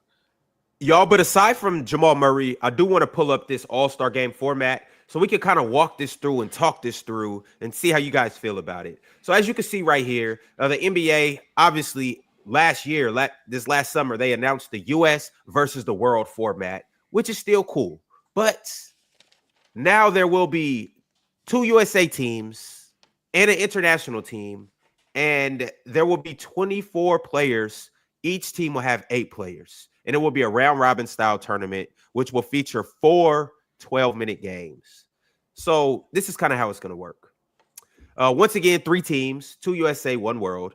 4 games, 12 minutes each. So each team will play each other one time. And then the 2 teams that I guess have either the best record or the best point differential will get in. So let's say one team goes 2-0. Then the other teams are now 1-1. Of those 1-1 teams, the team that has the best point differential wins, or if all 3 teams go 1-1, then it's the 2 teams that have the best point differential moves on. Also, well, as you can see, it's 4 12-minute games. It's a round robin tournament. 2-0, the other 2 teams can't go 1-1. You got It's not 4. possible. You got 4. You got 3 teams. Yeah, Ron. If you got 3 teams, Because they can't beat each other, they're only playing each other once. You can't go 1-1 if another team's undefeated in a 3-team tournament. Yeah, well, then if they all go 1-1, There you go. then the point differential. And then also too, you see the championship has the top 2 from the round robin. I talked about that, but the biggest thing is down here where there's no position, no regard to position. So that's the biggest thing. But then also too, we got to factor in it has to be 8 international players at least. And just on that, this is the exact wording. If NBA All-Star voting does not result in the selection of 16 US players and 8 international players, which can include American players with ties to other countries if necessary. so 16 Americans and 18 international. 8 international or 18 international? 8. 8 Okay, 8. so make 24. to make up the total. 24, yeah. Well, Yeah. Jokic, Wemby, Shea, Giannis, and Luka are 5 guaranteed international. So then it's 3 other spots where you're looking at guys like Franz Wagner and them and whoever else. Laurie. Markkinen, Larry yeah. Markkinen. Cat. Yeah, No. Dominican Qualified. cat. Dominican cat. Yeah, Dominican cat. Evan Mobley, chill. If Pascal, your man can Devin get it Booker. together. Yeah. By February, Joel Embiid will be playing regular minutes. I'm just pointing out there. So Yeah, no. Yeah, no. he will be. You don't think Joel will be playing regular minutes by February? If Joel Embiid gets voted into the All-Star game or gets selected, he should respectfully decline. Like he But does they not want need him to be play in the playing any game? more extra basketball. Yeah, no. I can agree with that. Jimmy Butler used to do that, right? Jimmy Butler used to sit out the All-Star game. Yeah, no. I'm fine with Joel doing that, but Joel would get. I'd like for James to do that too, Mars. If he's gonna get selected, which we know he He is, did that if he's last not year, gonna right? play, He didn't play last year. but he did it late because he still ended up took a taking Yeah, a he didn't spot. give anyone a chance. Yeah, that's what I'm saying. He ended up taking yeah. somebody's spot where So? we could have had Hasn't somebody in that functioned spot. Yeah, we So? could have had somebody in that spot. So I'd like for James to do that. If James is going to get selected to the All-Star team and he's not going to play, I would like for him to get that spot up to somebody who Right. will play in the game. Chill. What team is DeAndre Ayton going to play for? The The international. he'll be practicing with the South Bay Lakers during All-Star weekend. That's exactly what he'll be doing. Ox, Dame, chill, Mars, man, maybe call me an old head. Give me the 2 East and West teams, man. Yeah, Give man. me some fly jerseys. You know what I'm saying? And let's get it let's on. How about that? Yeah, And let's just get it on. But Let's that's rock. the thing is they don't get it on. That's the problem. I mean, yeah, you guys can dream, wishful thinking, and all that good stuff. That I would love for that. I'm on the. There's just I'm no on the, I incentive don't for really them to get care it on much for the anymore. All-Star game, but I'm as a younger person and someone who got into the NBA later. I don't know the world with a good All-Star game. I'll just put it out there. Like Right, I never existed when the All-Star game used to be amazing basketball. I've only existed in the world of bad All-Star games, so it means nothing to me. That's why I guess I don't care too much about the tradition of East versus West or whatever. I used to like back looking at the old jerseys when they used to wear their own jersey. I used to think that was cool. But Even like with I don't have a reference point. I can only go back and watch old All-Star games. And then I watch and I'm like, still, well, Mark, this ain't actually as good as you guys said, but it's fine. you know, like back then, though, Mars, we're not gonna sit here. I know I'm not gonna sit here and just lie. Like it wasn't like 48 minutes to just pick up full court, aggressive defense, all-star. They used to have fun, but at I seen Kobe picking up Bron. It got to a point where they started competing. Yeah, there was a point where it's like, okay, we want to win. You know what I'm saying? They did that in 2020. To be fair, the year 2020 was an amazing. 2020 was the last good one. 2020 was an All-Star game I would say I enjoyed. Yeah, that one was good. Yeah. So I miss that too, though, man. But they not getting down no more. They not. Yeah, not at all. And making all these teams is not fixing it. Like making 3 teams and the ring around the rosy format or whatever they're doing, that's not fixing it either. That to me, I don't even know if they can do this. But everybody always says like, "Oh man, can they at least give us like the effort we see when they're playing pickup in the off season or playing in the Drew League or playing, wherever they play it in the off season, or even that court in New York that's now famous where they get some good run in." Mm-hmm. I don't know if they can do this, but if we want that setting, let them play on that size court. I think that because the court being smaller, I think that just inherently would make them have to kind of compete more because it's not as much just the NBA court is so large. If you don't want to, commit any effort to it, that's we get the run outs, we get all of that. But most of those runs where we see in the offseason, they're playing on like a high school court. That's where most pickups are played on a high school court. I think that might actually fix some of the competitive problem. Not all of it, but some of it. That could be, but even with that could be a thing. But real talk, I think it's a little different just because, so when you do get those runs, it's like that's more of a we just hooping. It's a pride thing. We're not getting showboated in front of the world. You know what I'm saying? Like in the All-Star game, and then like in those pro-ams and Drew leagues and stuff like that, you get dudes like when me and Ron was younger. You get dudes that's not NBA players that's coming to hunt NBA players. Yeah, you know what I'm saying? So it's like, you know what I mean? So they got a ball. It's a real thing, you know Mars. I mean? That's 100%. You know what I'm saying? That's you know what I'm saying? They gotta like compete. You know what I mean? I think like in the All-Star game, I think they kind of all got to understand it with each other. Like, bro, you know what I'm saying? Don't relax, bro. Don't do too much. You know what I'm saying? So I don't know. Exhibition. Yeah, I think one thing. Don't hit me too hard. Don't swing on me too hard. That kind of stuff. One thing I heard last year, and I think it was Brian Scalabrine.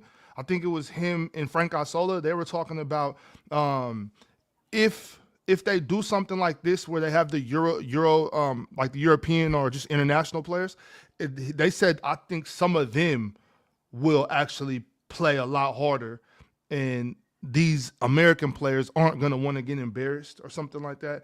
And maybe that can, maybe that can activate a little bit more of a competitive nature. But I don't know, man. I think the All-Star game is dead, y'all, personally.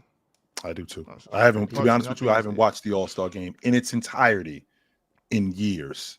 And I used to your point, Mars, you don't know the All-Star game being a competitive All-Star game. Like Sunday, February the 12th, Sunday, February the 13th, Sunday night at 8 o'clock, I'm watching the All-Star game because it was an event. And it's not like that anymore because I know that the guys aren't going to compete and there's really no incentive to do it because that's where we live now, unfortunately. Mm-hmm. Well, y'all can say what y'all want to, but February the 15th, 2026 in Los Angeles. I know I'm gonna be in the house. I know Mars is gonna be in the house. I know Big Ox. I know Chill Town's gonna be in the house. I know Players' Choice in the panel will be in the house, and I'm gonna enjoy it regardless of who makes it, regardless of whether it's positionless or not, regardless of whether they're competing or not, and regardless of whether they play in a high school court, regulation court, 12-minute games, 2-minute games, 48-minute games. I'ma enjoy it because we gonna be in the house. So Mars, we will see you. My bad, man. Y'all gonna get some what? No, me y'all and gonna Mars get some gonna what? get some, me and Mars gonna get some good reading in that weekend. Mars, you gonna get And- some good and- sleeping in too? Reading. Me and Mars are gonna be reading in Anaheim. Oh, blood. Yes. There will be sir, some good boss. studying going on. But all right, y'all, it is about that time. Let's go ahead and get the Players Court going. It is our infamous game, a throwback game called Players Court. This is a mini version of the PCL. Now, I know you guys are waiting for the PCL and it's coming soon, but before the PCL, there was a Players Court. And this is when two of our panelists debate against each other, each get a minute, and the person as voted on by the chat that made the better point will move on. Now, Big Ox, buddy, I know you won 2 weeks ago, the first Players Court that we brought back, so you will get a bye. And from there, we're going to have Damien versus Real Talk. And then we're going to have Mars versus Chill. He did win the second one, Ron. I would like to give my bye to Real Talk. If he wants it, if he wants it, I would like to give my bye to Real Talk. My bad, Real Talk. I thought that was a bubble ring. My bad. Yeah, Real Talk, you get the bye. So we'll have Damien versus Big Ox and Chill versus Mars. So let's go ahead and get into it. First up, we're gonna go Damien and Big Ox, and you guys are gonna have a minute. And the first topic is going to be which player in the 2000s would you like to take and put on any mid team right now to make a conference finals run? Okay. I got that. You want me to go first, Damien? Or you want Go for it. Yeah. Okay. All right, your time will start when you start, Big Ox.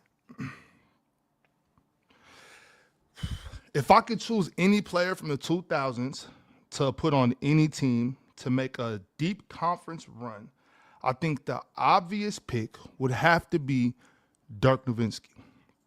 I think I take Dirk just because the way the game is played, a lot more spread out, a lot more spacing. I think he could take clear advantage of these teams with, just the difference in how they played then to now. He fits right in. He can kill in the mid-range, which is coming back.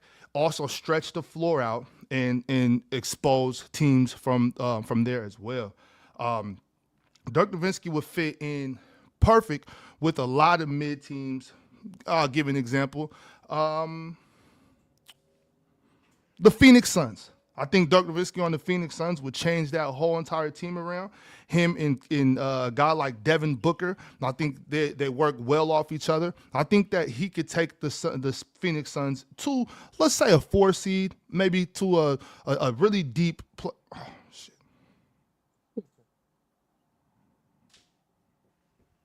You muted, Ron. Of course he is. Does this player have to be retired, by the way? In the 2000s. Wow. You gotta just That's insane. He just said from the 2000s. That's all he said. He didn't say anything about being retired. That's all he said, Damien. Was just from the 2000s. That's it. Yes, they got to be retired. You shouldn't even have asked. You should have just went with the answer. That's what I would have said. Well, Damien, you can do what you want to do. You can do however you want to do. For the integrity, Your time starts when of you the debate. For the integrity of the debate, I'll do someone who's retired, and I'm going to thank take God. Miami Heat legend Dwayne Wade, because guess what? He went to the finals in the early 2000s, and the team wasn't great. It had Shaquille O'Neal, had other few pieces, but it took Gary Payton taking Shaquille O'Neal midway during the season when they were struggling and saying, "Hey, Shaq, you got to give the keys to the young fella because he's going to take us to the promised land." And Dwayne Wade did that by putting together one of the greatest individual finals performances we have ever seen, probably the best 3-game stretch potentially we ever saw in the 2000s from an individual player in the finals. They were down to the Mavs and Dirk, by the way, for my competitor here sitting next to me. And Dwayne Wade carried that team all the way to the championship and the first one in franchise history. So I don't even need the whole minute run. I'm going to go with Dwayne Wade. All right, y'all. The polls are queued up. Y'all got a couple more seconds to vote on that. And I'm going to let this poll run for about a minute. Damien, are you a D-Wade fan? You like D-Wade? I like D-Wade. Yeah, I like D-Wade. Yeah, I'm a huge D-Wade fan. Huge D-Wade fan. D-Wade's mine. Too bad D-Wade can't shoot, so I don't know how he would do well today. You're trying to make other arguments now. Oh, no, I'm not. We're just talking back and forth. That's all. Mm. I think D-Wade's my second or third favorite player of all time. For real. We need Who's some your D-Wade first? in the league now. Kobe? Bryant. I don't know. You had a Jalen Green jersey the other day. I had to just check. That's true. That's true. Houston legend. Yeah, I had to just check. You know what I'm saying? Yeah. All right, y'all. While this poll is running, Mars and Chill, I will give you guys your next question. And your next question is, who's the best guard in the East? Chill, I will allow you to go first. And in the meantime... he's big.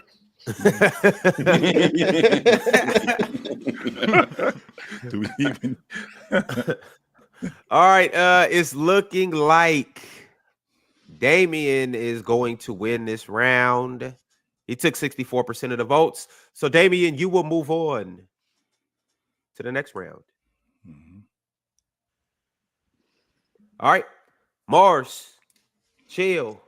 Let me go ahead and move y'all up here. And let's get into it. It is a minute on the clock. Chill, you going first. Talk to me. I think that it's obvious who I think the best guard in the East is. It's Donovan Mitchell. I mean, I'm not going to waste anybody's time. He's leading all guards in the Eastern Conference. Well, not all guards. I'm sorry. Tyrese Maxey is the other guy ahead of him, but he's averaging 30 a game, 31, almost 31 a game, something like that. And he's having his best scoring season. He's been one of the most efficient 3-point shooting seasons that he's had in such a long time. He's passing the ball with the best of them this season. This Cavs team has been up and down defensively, but that's not due to Donovan Mitchell, because I think Donovan Mitchell has been really good on the basketball. As a defender, he's been really good in the passing lane. His pull-up jump shot has just been really good. I think it's been really good this year, and I think he's been the engine to this Cavs team that is only a half a game out the 2 spot right now. And I think that at some point they're going to be the number 1 seed in the Eastern Conference, and that's going to be largely due to Donovan Mitchell. So I think Donovan Mitchell is the best guard in the Eastern Conference. All right, Mars, your time is ready to go. Talk to us. Who you got?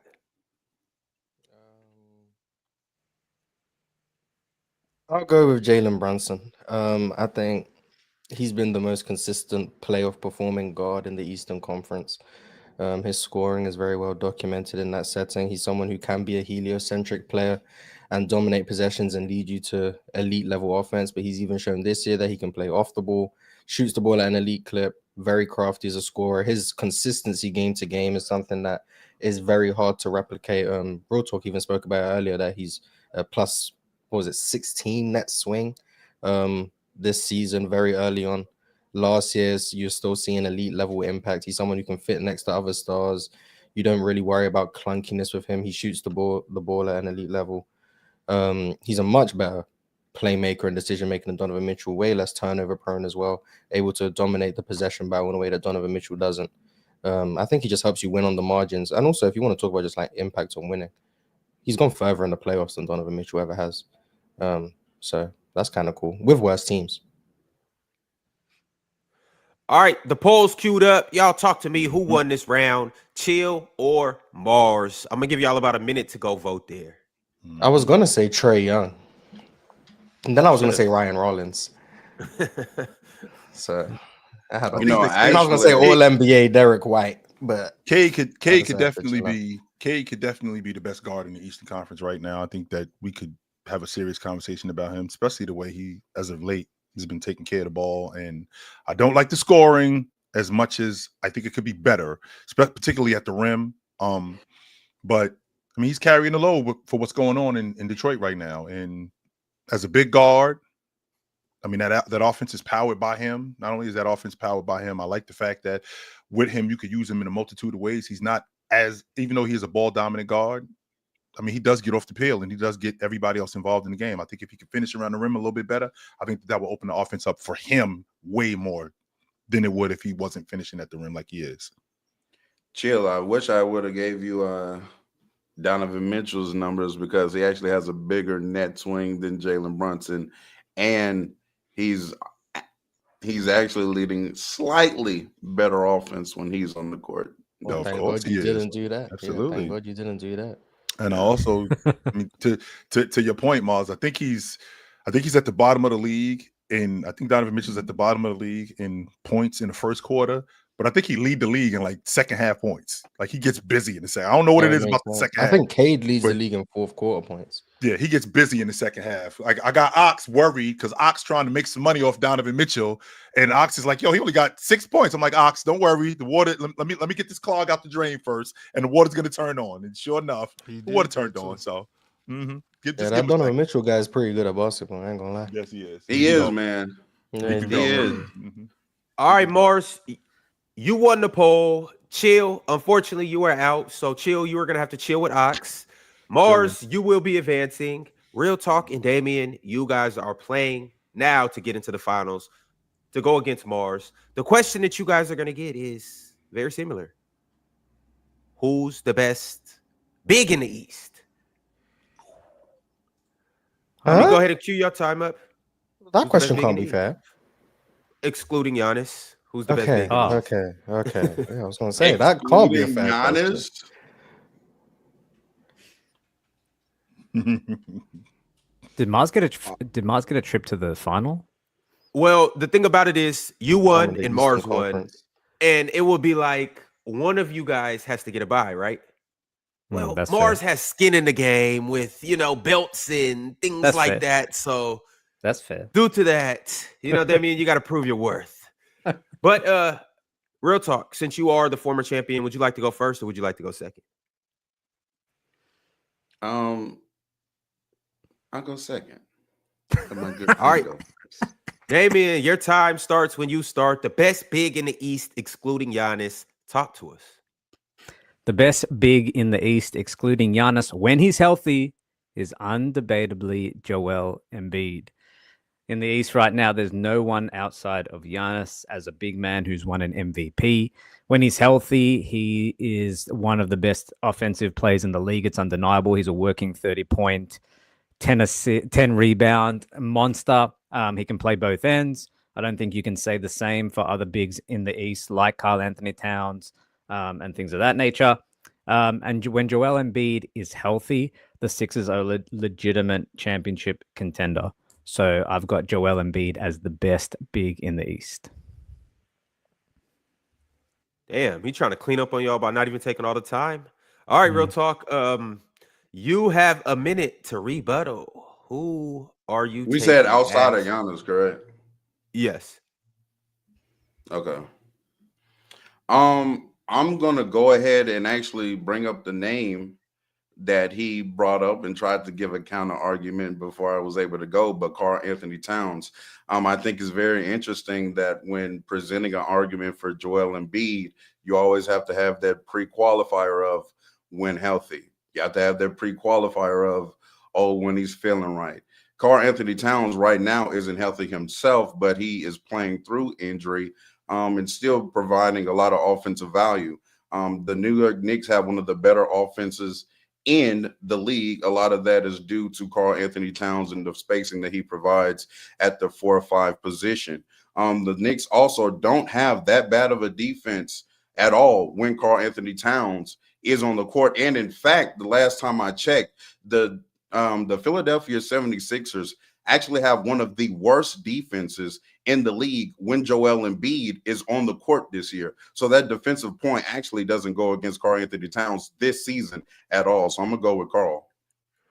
The poll is running. It's queued up. Y'all talk to me. That was actually a solid round. I enjoyed it. Thoughts? Mars, chill. I don't want to sway the vote. Everyone knows where I side on this argument.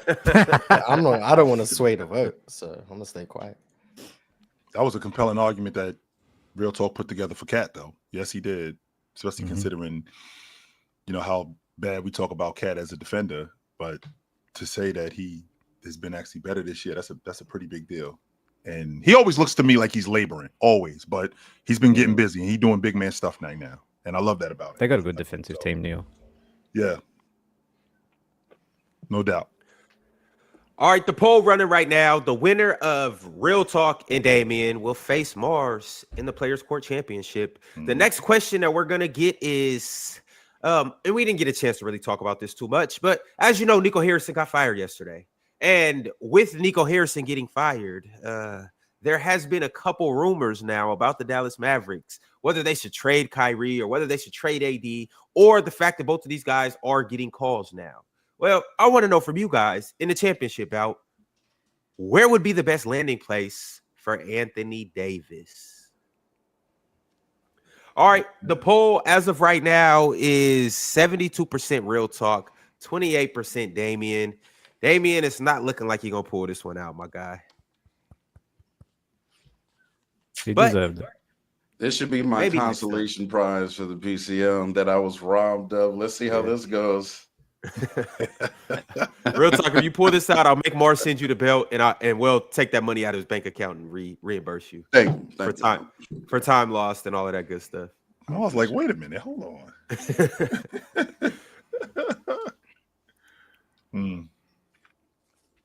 All right, Real Talk, you are the PCL or the Players Court champion from last week. Do you want to go first or do you want to go second?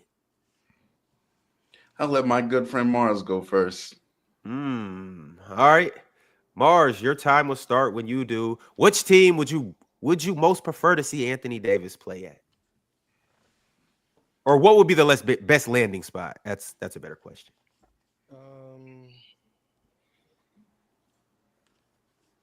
I start whenever. Yeah, your time starts when you do. Anthony Davis should play for the Miami 305 in the Big Three. Him and Michael Beasley will be a tremendous duo.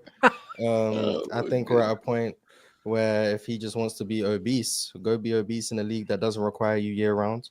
You can still block shots over there. You're going to get more of the isolations that you seek, since you want to lead offense, but you don't want to have to play the five. In the Big Three, there's no such thing as a center. Everyone's the same size. Everyone's dribbling. Everyone's shooting. That's the game that Anthony Davis wants to play. They are the Big Three champions. They do have the best player in the league, so you can go be second fiddle like you've been comfortable with in your NBA career. It's a perfect fit for you. And life is just going to be a lot easier for Anthony Davis. He doesn't have to play with any pressure of pursuing a legacy. He's already a top 75 player of all time. Why not go enjoy the life in Miami while not having to be committed year round? You don't have to stay in shape. Like you said, you play your way into shape. You can do that in a Big Three season with no consequence. Yeah, I think the Big Three would be a perfect fit for Anthony Davis. All right, Real Talk. Let's see if you can find a better fit than him playing in the Big Three. Your time will start whenever you start. You got a minute on the clock. Talk to us. The Big Three is an interesting choice. However, I think they offer more money over there with the Shanghai Sharks.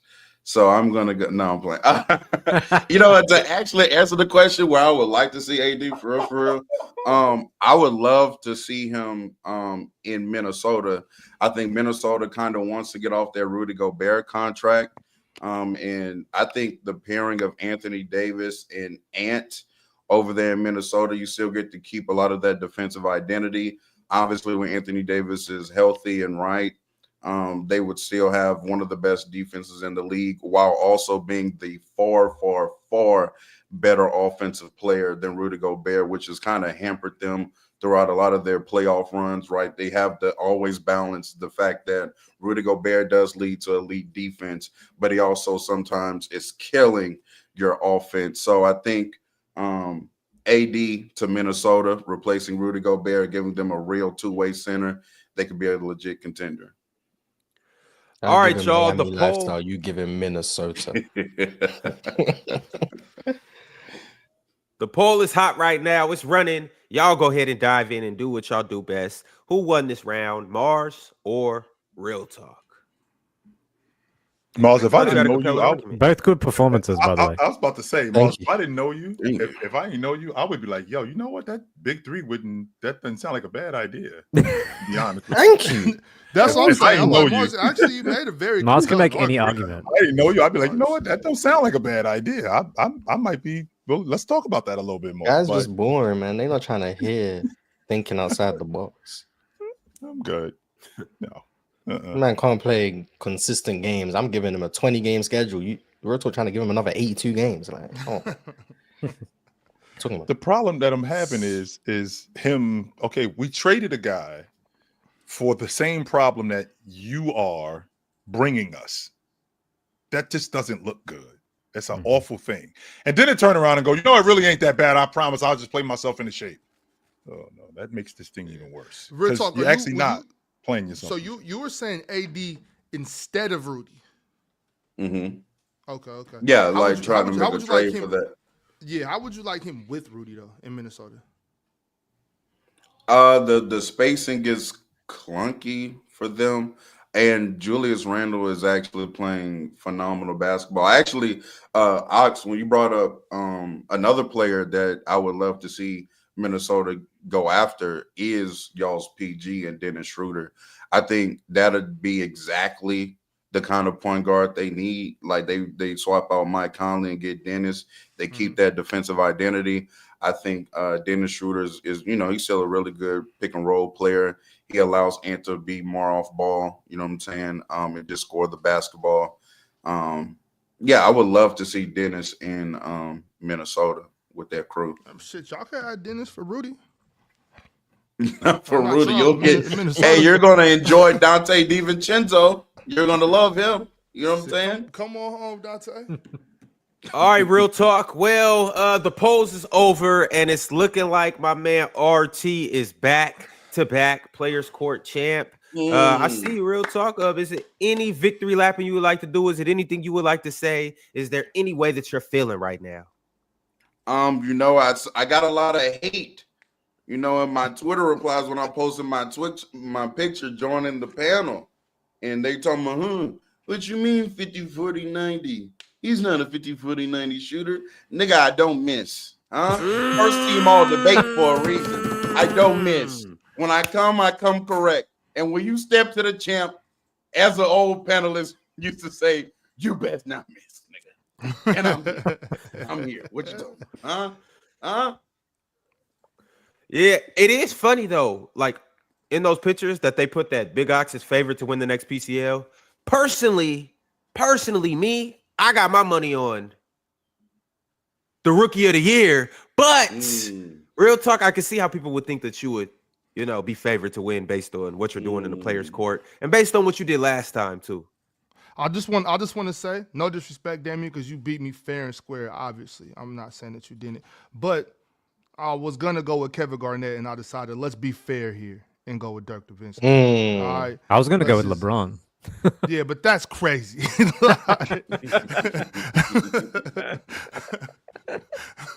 If I would have won with KG, you would have had to go with Bron. Yeah, exactly. Yeah, they'll say D Wade did it and KG didn't. So I don't know. Y'all know I'm finna win this next PCL, man. No preparation. Y'all know I'm cooking, y'all. All right, y'all. I'm running a poll right now. To the Are we, G League. Ron, are we gonna have to? Do we got the same teams, or did that change up? Are we gonna have to do a new teams? Like, what's the deal with that? I'll get to you guys probably by next Monday. Everything should be sorted out because some people can't do it, some people still can do it. So I don't know who's in and who's out. I could tell you right now who's in though. You're just gonna show up in the day and you're gonna hoop. You're just gonna have a team. You're gonna hoop. That's it. Well, I'm just saying if we just picking up, I would like to say, can I have Damian on my team? If any of my if any of my teammates did drop out, if Damian can make it, of course. You know what I'm saying? I can't make this one, man. I could make the last one, but the date change killed me. But I got you next time. Let me understand. Ox is something else, Real Talk. Like, we in the middle of the game, and Ox is looking over on the sideline going, yo, if we lose, save him a spot. That's what you're Save supposed to that do in dude's spot. in open gym. Y'all ain't used to do that in open gyms. I'm We used like, to do shit, that all the how did time, this Ox. nigga handle the team? Yeah, we used to do that all the time. I Like, see no matter somebody who we walk in, I'm like, oh shit, I'm gonna go tell him like, hold on, bro, if we lose, Yeah, yeah. Save them a cheers, spot. cheers, yeah. say that dude. Well, if we lose I and appreciate you that, picking Dirk. up the I next appreciate 5, that. you know what I'm saying? Hey, pick me up. Yeah. all the Appreciate that, time. Ox, Yeah. man. Of course. And shit, if I know my team finna lose, I'm looking to see who got next. Like, hey, Exactly. Yo, Big Ox, you got a splash of the day? I do have a splash of the day, actually, Ron. I'm happy you asked that. Let me pull up so just to make sure I don't misspeak when I talk about this incredible basketball player. Today's splash of the day is none other than Jazzy Davison and next year's USC Trojans. In 2 games, Jazzy Davison is averaging 17.5 points, 4.5 boards, 4 assists, 2 steals, and 3 blocks. She's averaging 5 stocks. As a freshman, I do believe that she is one of the most complete basketball players in the NC2A right now. Efficiency-wise, shooting-wise, hasn't been that great field goal percentage-wise. But if Cade can get away with missing 31 shots and it's acceptable, Jazzy can too. Against NC State, started off pretty slow and came out in the second half attacking the rim like a young Grant Hill. Jazzy Davison is somebody that we need to watch out for. I think she's going to be incredible this year and for years to come. Next year, this is why it's not just Jazzy Davison, but it's Jazzy Davison and next year's USC Trojans. It's because next year we all know Juju will be back. On top of that, they have an incredible recruits coming in next year. You got Sanaya Hall coming in. You got Satya Fagan from Australia coming in. They have a great incoming class in next year. So y'all look out for USC. Look out for Jazzy right now, but next year it's going down, y'all. So my splash of the day is none other than the freshman from the Portland, Oregon area, Jazzy Davison. And y'all need to go ahead and make a splash of the day on Splash Sports. You can do that by scanning this QR code or clicking the link in the bio. You'll be able to make your picks. 2 to 6 players. You choose more or less, and you compete against fans, not against the house. You know, it's so easy. We're going to do this right now. Big Ox, you got something for us? Yes, actually I do. So I already started with taking Jalen Brunson less on PRA with 34. Yeah. Yes, less on PRA, 34.5. I don't think Jalen Brunson's gonna do that today. We got 4 more picks to. What I was just gonna say, yo, Mr. Ox, can I get that Giddy Moore? Well, it's game time decision. You still want to grab that? 21 points. We'll make, we'll make 4 picks, but yeah, give me that more. I need that. Okay, so I had 4 other picks, but so you only want to do 4 picks, Ron? Because I'll take 2 of these picks off then. Nah, do your thing. What else you got? Okay, for sure. So as far as with points, I wanted to take Miles Bridges. I want to take more than 23.5. I wanted to go down to Victor Wembanyama, who is going to be playing against the Golden State Warriors. And I just don't think Draymond Green is going to let this kid breathe. He actually might want to sit out today. I'm going to take the less for Victor Wembanyama. We are going to go then to turnovers and go more for Kevin Durant. Man. What a hate watch. Damn. Oh, it's not hate watch, y'all. That's all. Did you want to pick anything else, man? Yeah. So what does 5 turn into? Let's see. Well, 5 is this the? Looks like 5 right now is only times 3. What? Well, I had another pick. I'll make another pick. Let's go with De'Aaron Fox. Nice. Foxy. I'm feeling that one. Yep. Yes, sir. De'Aaron Fox, 20 points, 20.5. Easy. That's easy. Yeah, that's easy. Yo, and while you at it, can I get the more on Jimmy Butler? Oh my god. Right here? Yeah. It's already we're at max run. You gotta take all off right, Josh all right. Giddey.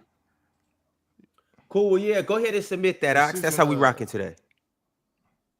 Okay, hold on a second. Let me see. Max payout. Why is it only going to 15 right now, Ron? What's happening? You ain't take no risks. That's why. It's we do got these promotions. No, none that apply for us. All right, well, that's cool. We put in our picks. That's how we rock today. So if you guys gonna play Smash Sports, let us know in the comments who you guys went with. We'll be back tomorrow to let you guys know whether we won or not. But in the meantime, y'all, we at the tail end of the show. This is our final crunch time chats. So everybody that sent through super chats, we gonna get around to these. Speaking of Splash Sports, shout out to Bird North. He snatched that 2.5K. Thanks for putting on a fun contest. Never thought it would go 20 days long. Get that bread. Sell to you, no doubt. Salute to Bird North. We'll be doing another NBA player survivor here pretty soon. Y'all don't miss out on that. DeMarcus Thomas said we putting belt to ass on these 11-1 Thunder. By the way, SGA sat out for 6 fourth quarters while PRA merchants stat padding. Who's he talking about? PRA merchants. Who's the PRA merchants? Jokic. I don't know, but to be fair, Jokic just sat out his fair share of fourth quarters too. So I'm gonna leave that one alone. But yeah, Shay's missed like more than half the fourth quarters. So I don't know. They're really on some like 2016 Warriors type. This is ridiculous how good OKC are. I thought it was going to be bad when they played the 2 double overtime games in a row. I'm like, can Shea hold up? But then he just started sitting out fourth quarter. So it's like, oh, don't worry about it. Their defense is 4 points better than the second best defense in the league. Not better than league average, better than the second best defense in the NBA. That's the equivalent of what the 1992 Knicks were relative to the rest of the NBA. And the 92 Knicks, that's one of like the best defensive teams. Like that early 90s Knicks, that's the Thunder compared to the second best defense in the NBA in terms of the gap. It's ridiculous. 7 games. It was in the dogfight with the Knicks. So that shows the bar. We're talking about different levels right now. No Cat Prince said you might have mixed up the interviews, but Jimmy didn't say anything about an agenda. That was Draymond, and they didn't mention anything about money. Jimmy said players need to sacrifice and etc. Why didn't Jimmy sacrifice? Yeah, sound like the same thing. Same thing, different, Yeah, all you did was switch the words. That's all you did. Players need to sacrifice what? Jimmy's got to be careful here, by the way. He don't want to burn any more bridges. Or you're going to be out of the league. No, one thing, Jimmy better get 18 points tonight. All right. Bag of Man sent through a super chat. It said German GOAT 1 for 45 in the last 3 games. Schroeder, is that who he's talking about? That's what we're talking about. No way he's 1 for 45. Hyperbolic. Is that a real stat? No. Oh my god. I didn't believe Ty Lawson got beat 30-1, but it barely was true. So shit. No. So I think he's averaging like 11. Oh my god, it's close. Oh my god. What is it? It's 1 for 19 to be fair. Bruh. Like, he just doesn't shoot enough. He's 1 for 19 in the last 3 games. Hall of Famer, mind you. This crazy. is the Hall of Famer we're talking about. Yeah. Hey. 11 points a game. Yeah, I dismissed that a bit too quickly. I ain't gonna lie. 1 for 19. Hey. All right, Corey Hall said, I need some Thunder glaze today. Nah. Anybody? You just Anybody want to come with the glaze? I mean, how many games are they going to win this year? At least 70. 41. 75? Yeah. I think they win 70 games this year at minimum. Yep. Man.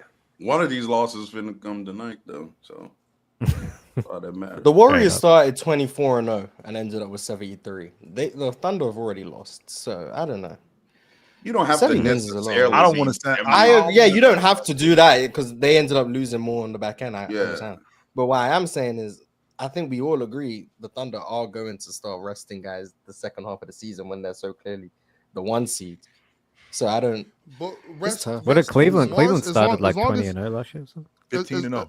But yeah, they can win without their guys. So I don't know. Right, and that's what I'm saying. Like, as long as SGA plays, it doesn't matter who's out there with all them dudes. Or are going to compete All them dudes are going to compete on defense. They got guys off the bench that can shoot and they can do everything. Like resting ain't going to help nobody. They're going to keep Their kicking floor ass. is just so high. Like they're so hard to beat because even if they're not scoring well, they'll just tee up on defense, and all of a sudden, we're just in a game that's 98-97. Like, And then all of a sudden they just find guys as well. Like AJ Mitchell is probably going to win 6 man of the year. It's just insane how they keep finding J-Dub these hasn't guys. played a minute, and they're by far He the hasn't best team in played. the league. Can you imagine the season where SGA, Chet, and J-Dub play 75 plus games together? I got them Like, steam. I don't even remember the last time I saw Lou Dort play, and they're still winning. Like, shout out to I got the them Thunder. Yeah, 'cause steamrolling the y'all filler is tonight. Alex Caruso. That's Can I why. chill? I got them steamrolling the Lakers tonight. I got them smoking y'all.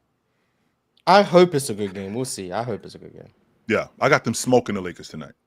Shout out to the Blazers, though. The Blazers packed them up. Yeah. Exactly. On the second night of a back-to-back. Mm-hmm. Yeah, this is All right, the next back-to-back the stuff, next I'm like, they played 25 minutes. Oh my Barely, too. They barely got out of there alive. I got another super chat from Knicks fans forever. Knicks fans said, Chilltown, what's the standing, sir? Go New York, go New York, go. This team about to run through the East, and we are a title favorite. Stay on that side, hater. They are half a game out of the second seed, which is where you guys are. What are you talking about? A half a game. What the hell? This is why I can't That's the stand Knicks, Knicks man. fans, and not all of them, just some of them. They drive me crazy. Not all the Knicks fans are like that, but some of them just make me nuts. They just do. I'm not gonna lie, I am starting to be more and more convinced. I think they're gonna be the team coming out the East this year. Yeah, me too. Mm-hmm. The Yeah, Trib Pistons one. first, man, was like I said. The Trib one said the Hornets, Nets, Jazz, Pistons prior to Cade, Sixers, kind of, and Wizards and the Kings themselves are like a myth. It's bottoming like it's a myth bottoming out works. So he's saying it's a myth that bottoming out works. Yeah, And that's these how- teams I are think the he's trying to. examples.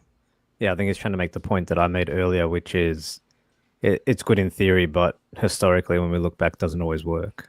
So To be fair, the Nets bottomed out, but the Celtics owned their picks, and so and that led to Jason Tatum and Jaylen Brown, which led to a championship. So I would argue bottoming out did work, just not for the franchise that did it. not for the franchise that it needed to work for. Yeah, but they bottomed out, and it led to a championship somewhere. So I mean, bottoming out is. Do you guys mean like just like trading everybody and starting over, like rebuilding? Yeah, Or just being bottom- complete. It means dog Levine's water. gone, DeRozan's Yeah. gone, Sabonis. Well, I is think the gone. Thunder are like the Thunder like the ideal situation. They bottomed out, and ultimately it led to what they have now. The Spurs, they bottomed out. It got them Wemby, but it's a lottery, so it's gonna be. Luck Well, dependent. bottoming out like trading all your guys, getting draft picks and young players, some young stars. I don't necessarily have a problem with that as long as you do that and you know what I'm saying, you still play right and continue to compete. My issue comes with the tanking part. When you add the just not trying to compete, resting guys for no reason, trying to lose games, that's where I have an issue with it. Like I can never get behind that. That's fair. I don't All right, mind y'all. active I'm running a poll right now. I'm asking you guys, should the Kings actively tank? You guys let me know. And in the meantime, MP13 has a super chat, and MP13 super chat said, stop trying to save the Kings. They are just destined to be mediocre at best. They can't draft well, and they give away free contracts to mid players. Yeah. But Ron, like if you don't want me to be here, bro, just say that. Like I can, you know what I'm saying? It's can 11. bounce. It's 11. I've been here. I've been here for the show. I've been here. Like I could leave. I could go to the gym, bro. I'm not tripping. Why would I not want you to be here? Like If I'm- I wanted you could to, just get Ox, the if I gym, did, bro. No problem. Ox, if I didn't want you to be here, I would ask you a question like, do you think if I went and got with an African chick, I could have a white baby with blue eyes? Yeah, all right. See? See, I'm about to See? go. I'm about to go get my cardio in because you never know when I'm gonna But catch Ox, up with Delsky. I'm not so I'm gonna actually- I'm gonna go get on the cardio. I'm gonna go take care of that. Peace, y'all. Love y'all. Thanks for having me. Big Ox. See what you did, Ron? You done ran them off. It ain't nothing gonna save you from did? Delsky, nigga. You can go See do what you whatever you did? want. Yeah, you can go in that gym and run 10 miles. Delsky's still gonna tear your big ass up. I got to run as well, guys. See you tomorrow. All right, All right, yo, man. good to talk to you, brother. All right, the next super chat I got is from the Trib one.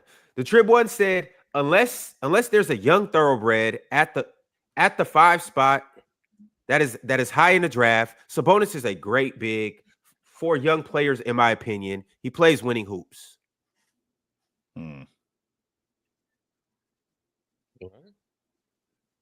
Plays winning hoops, never won really anywhere he's been.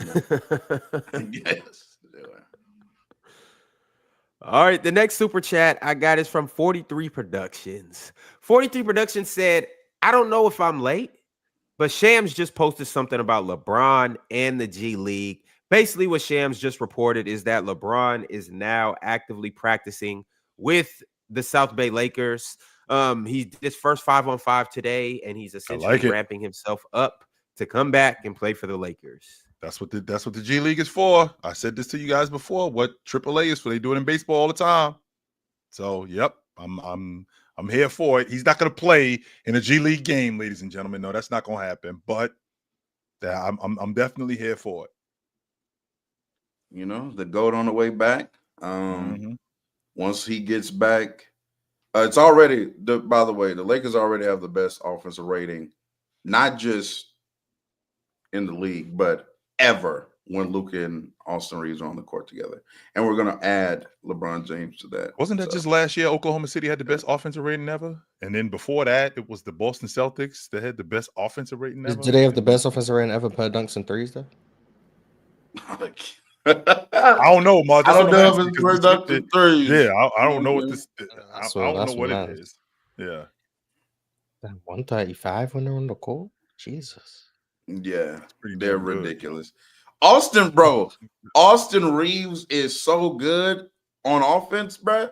Like, y'all not ready for them conversations. And then is dumbass was talking about, when has he done in the playoffs? He's been a third option in the playoffs his entire career. Can we add some the numbers are saying Austin Reeves been more impactful than Luka this season. Hey, watch your mouth. Now I'm just saying 7 with Austin Reeves without Luka. Luka's -5 without Austin Reeves, and then together they're plus 18.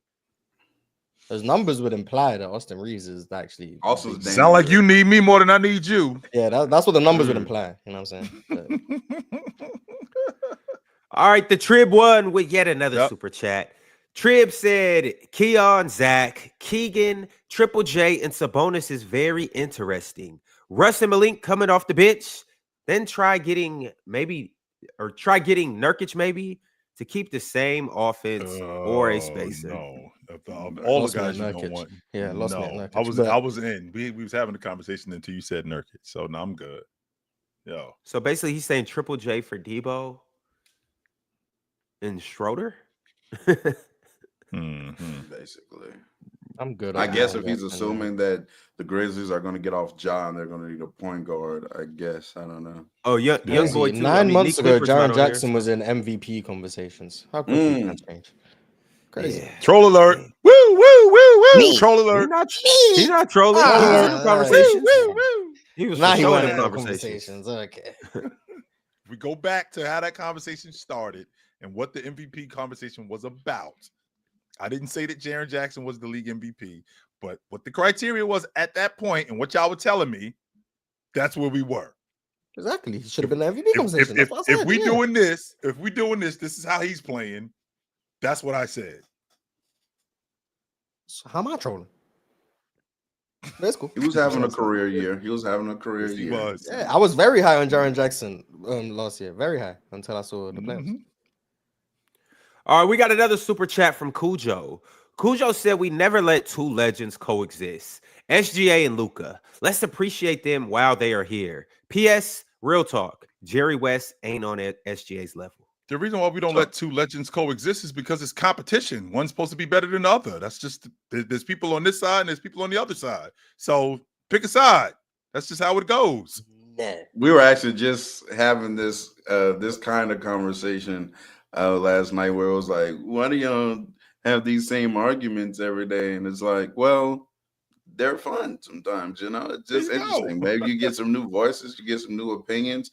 And I'm guessing that you also added that PS because of the all-time draft that you watched on John's channel.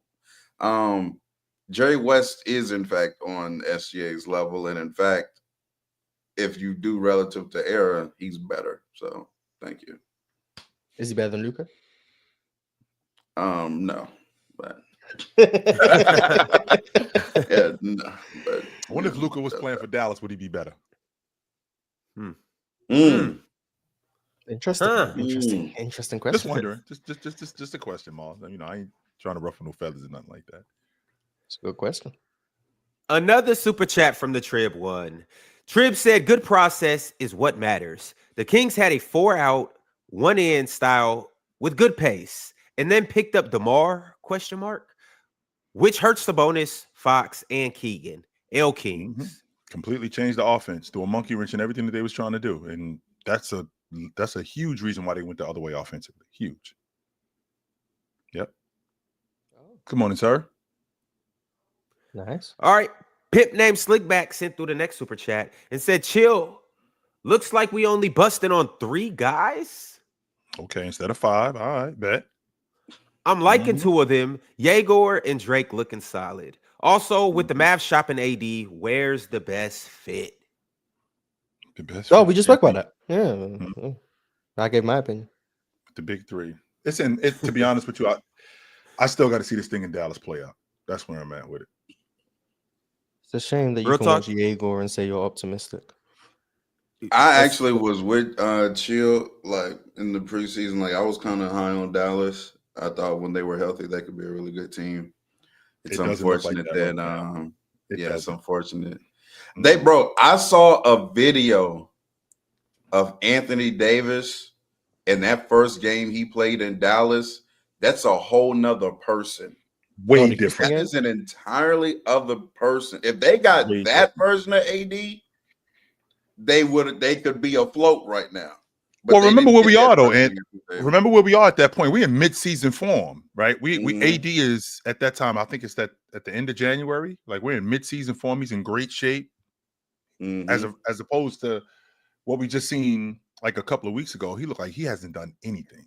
You know how hard it is to put on 15 extra pounds. Like Ron, I gotta be doing almost nothing. Mars would know. Are you familiar, Mars? Oh, I actually wasn't listening, but it was something about putting on weight. I would know about that. Yeah, I would know about that. Yeah, it's not that hard. You just gotta be idle. Calorie deficit and all of that good stuff. So you just more calories than you burn, put on weight. It's quite simple. Man. All right, we got more super chats, and I have 2 back-to-back ones from the Trib one yet again. Trib said, "For the All-Star game, take advantage or take the average salary of winning team and give them 3 weeks worth of that average, and the loser gets the current winning prize." And then he said, "Or the team of the All-Star MVP gets the designated first-round pick, which is at the end of the lottery. So 31 first-round picks in the draft." So be clear, just so you know, I get an extra $500,000 in my contract if I make the All-Star team. So you want to give me more money on top of that? Like that can't be enough. That's not enough to get $250,000 if I make the All-Star team. Like that ain't enough incentive right there. Now you want to put some more bread on top of it? Give me a break, man. What is going on here? Yeah, I really don't know how to incentivize these dudes. I really don't know, real talk. At this point, let's just enjoy the collection of the best players just all being on the same court. We'll get a couple alley-oops. We'll get a couple laughs, couple giggles. So let's just enjoy it. Man. That's what it is. Me and Ron make the skill competition better. We're gonna be drunk anyway. Look. Yeah, me and Ron drink real talk. Anyway. Right. I don't eat. You don't drink in public. Yeah. Get out of here, Ron. I'm gonna box this dude when I see him. Real talk. Wait till I see this dude. I swear, I'm attacking him. I'm telling you right now. I'm attacking this dude when I see him. Chill. I drink non-alcoholic beverages now. Let me see. Let me grab one. You don't. I drink non-alcoholic beverages. What does that say? Once again, in public, real talk. 0 proof cocktails. Look, these are what I drink now. I don't drink alcohol no more. Okay, out with this dude like a month ago. I have converted. Okay, I've converted. What's gonna happen here? Oh my god! Hey, if you guys are thirsty, you should try one. Shout out Stursky or Stursy. My bad, Stursy. All right, the average Joe sent through another super chat and said the Kings are like the Browns. Personnel, coaching, GMs are not the problem. Nothing will change till ownership changes. Unfortunately, that's their reality. They just got a new owner. Oh, Yeah, they just got a new owner. Like within the Well, last that's decade, they got a new owner. It's just tough for a team like Sacramento to Yeah. be good. Like they're gonna have those. I don't know how OKC is the exception, not the norm, right? When you talk about smaller market teams and OKC having the benefit of starting with Kevin Durant and then getting Russell Westbrook and getting James Harden, and then you leave that iteration, and then you get SGA, who turns out to be one of the best players in the world. Like, that's usually not how that goes. These smaller market teams have like little pockets and little windows where they're really good, like Sacramento has. Sacramento has had some really good teams. But for the most part, you're going to be mid or you're going to suck. It just kind of is what it is. It's kind of how sports works, unfortunately. Fair enough.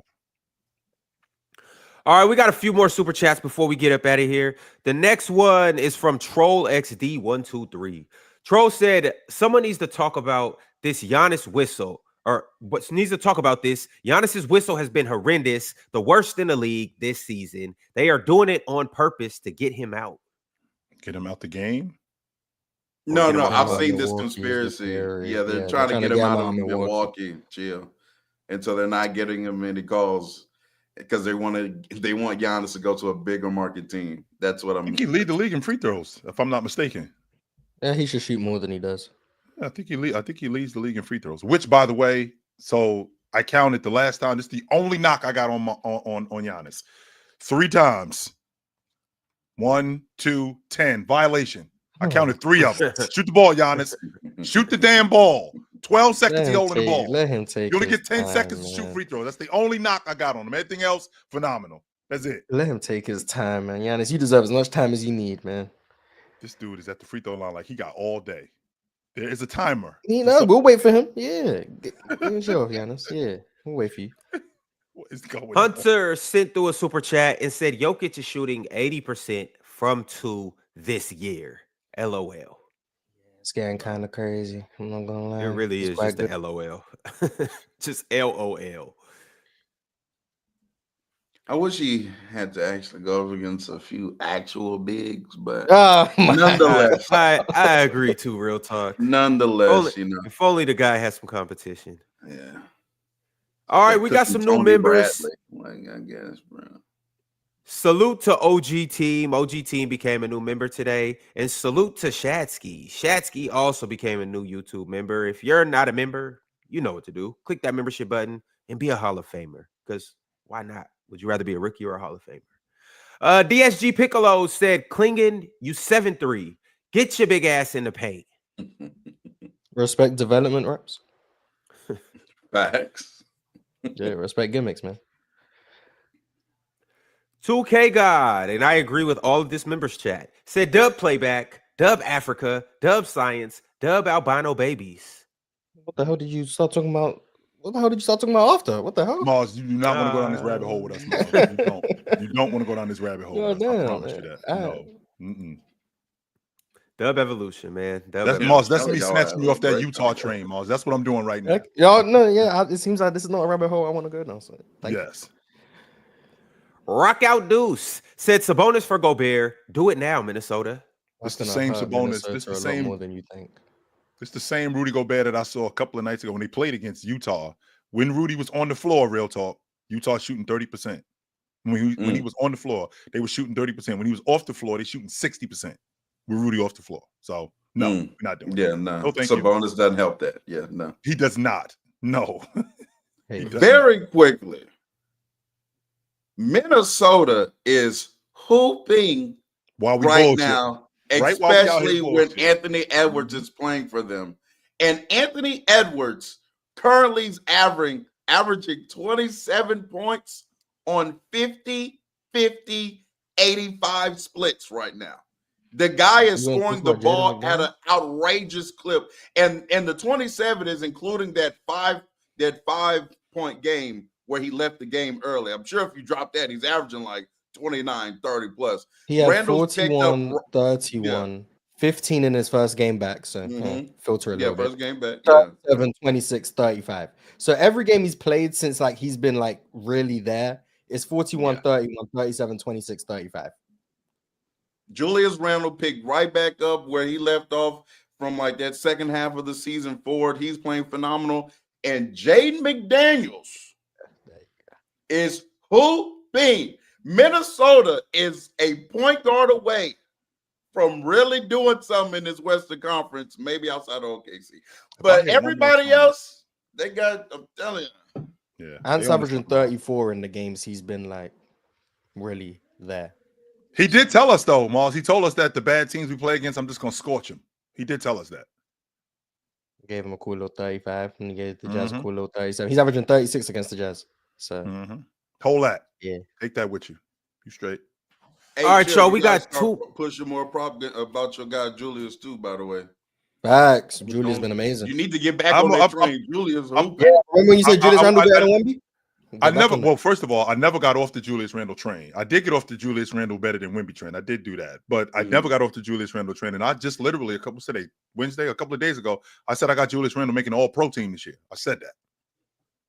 Nah, get back on the Julius Randle right over Wemby train. Though. Yes, get sir. back on the Julius Randle over Wemby train. He hooping crazy right now. I'm not doing that, Mars. Let's relax. This the best I think Julius Randle's ever been. He's been awesome. He's definitely been awesome, no doubt about it. He's been amazing. Yes, he has. Shout out to the Wolves, man. And I think Jaden McDaniels shooting like 48% from three. Something like that. Ron, if I had one more person tell me that I'm 54%. trading Ja Morant for don't I had respect one Jaden more McDaniels. person That's 54%. tell me that I'm trading Ja Morant for Jaden McDaniels, I'm gonna be on CNN for homicide. I promise you, because I can't handle it. No, we're not doing that. So stop. We're not doing that. All right, SSJ Gabe sent through a members chat and said, "Where FC, Khalil Ware FC. Let's keep this momentum from the Cavs game." Kid, man, I do. I love this kid. I do too, Chill. I love this kid. Even though the motive, he might not look like it, but he's trying really hard, yo. It might not look like it, but he is. That's gonna be a good game tonight too. Again, Cavs and Heat running it back. Oh, again? Cavs and Heat. Oh, okay. Yeah, tonight. I'm gonna be tapped into that one. I will be too.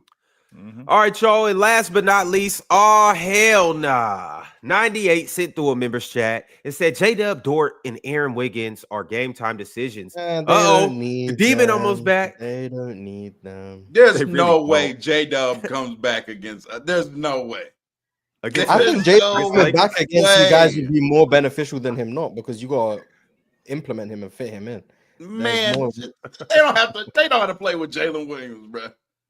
But also Rust is a very big factor. So Then if we have to face linebacker Lou, I don't know. linebacker Lou. Oh man. But Luka be torching Lou Dort though. Luka don't be He tripping off Lou. does. They play Lou Dort in single coverage. Luka gonna have 50. But if they start blitzing, then we'll see. We'll see how it looks. But that's why they got Austin Reeves, the better offensive player. Merry Christmas, Trey. All right, chill. All right, no, Merry Christmas, everybody. We'll be back same time tomorrow. It was fun while it lasted. We will be back soon. Y'all, chill. What should they do? Take it light, but take it. Later. Mars, We'll what would see you you like in to an say? hour and 40 minutes. That's what I'm gonna say. We'll see you in an hour and 40 minutes on my channel. True. Pull up. There There you go. Pull up. Coming through. And Don't forget. in between there, make sure you download Splash Sports. You can click this QR code, scan this QR code, or click the link in the bio, and we will catch you guys very soon. We Merry out. Christmas.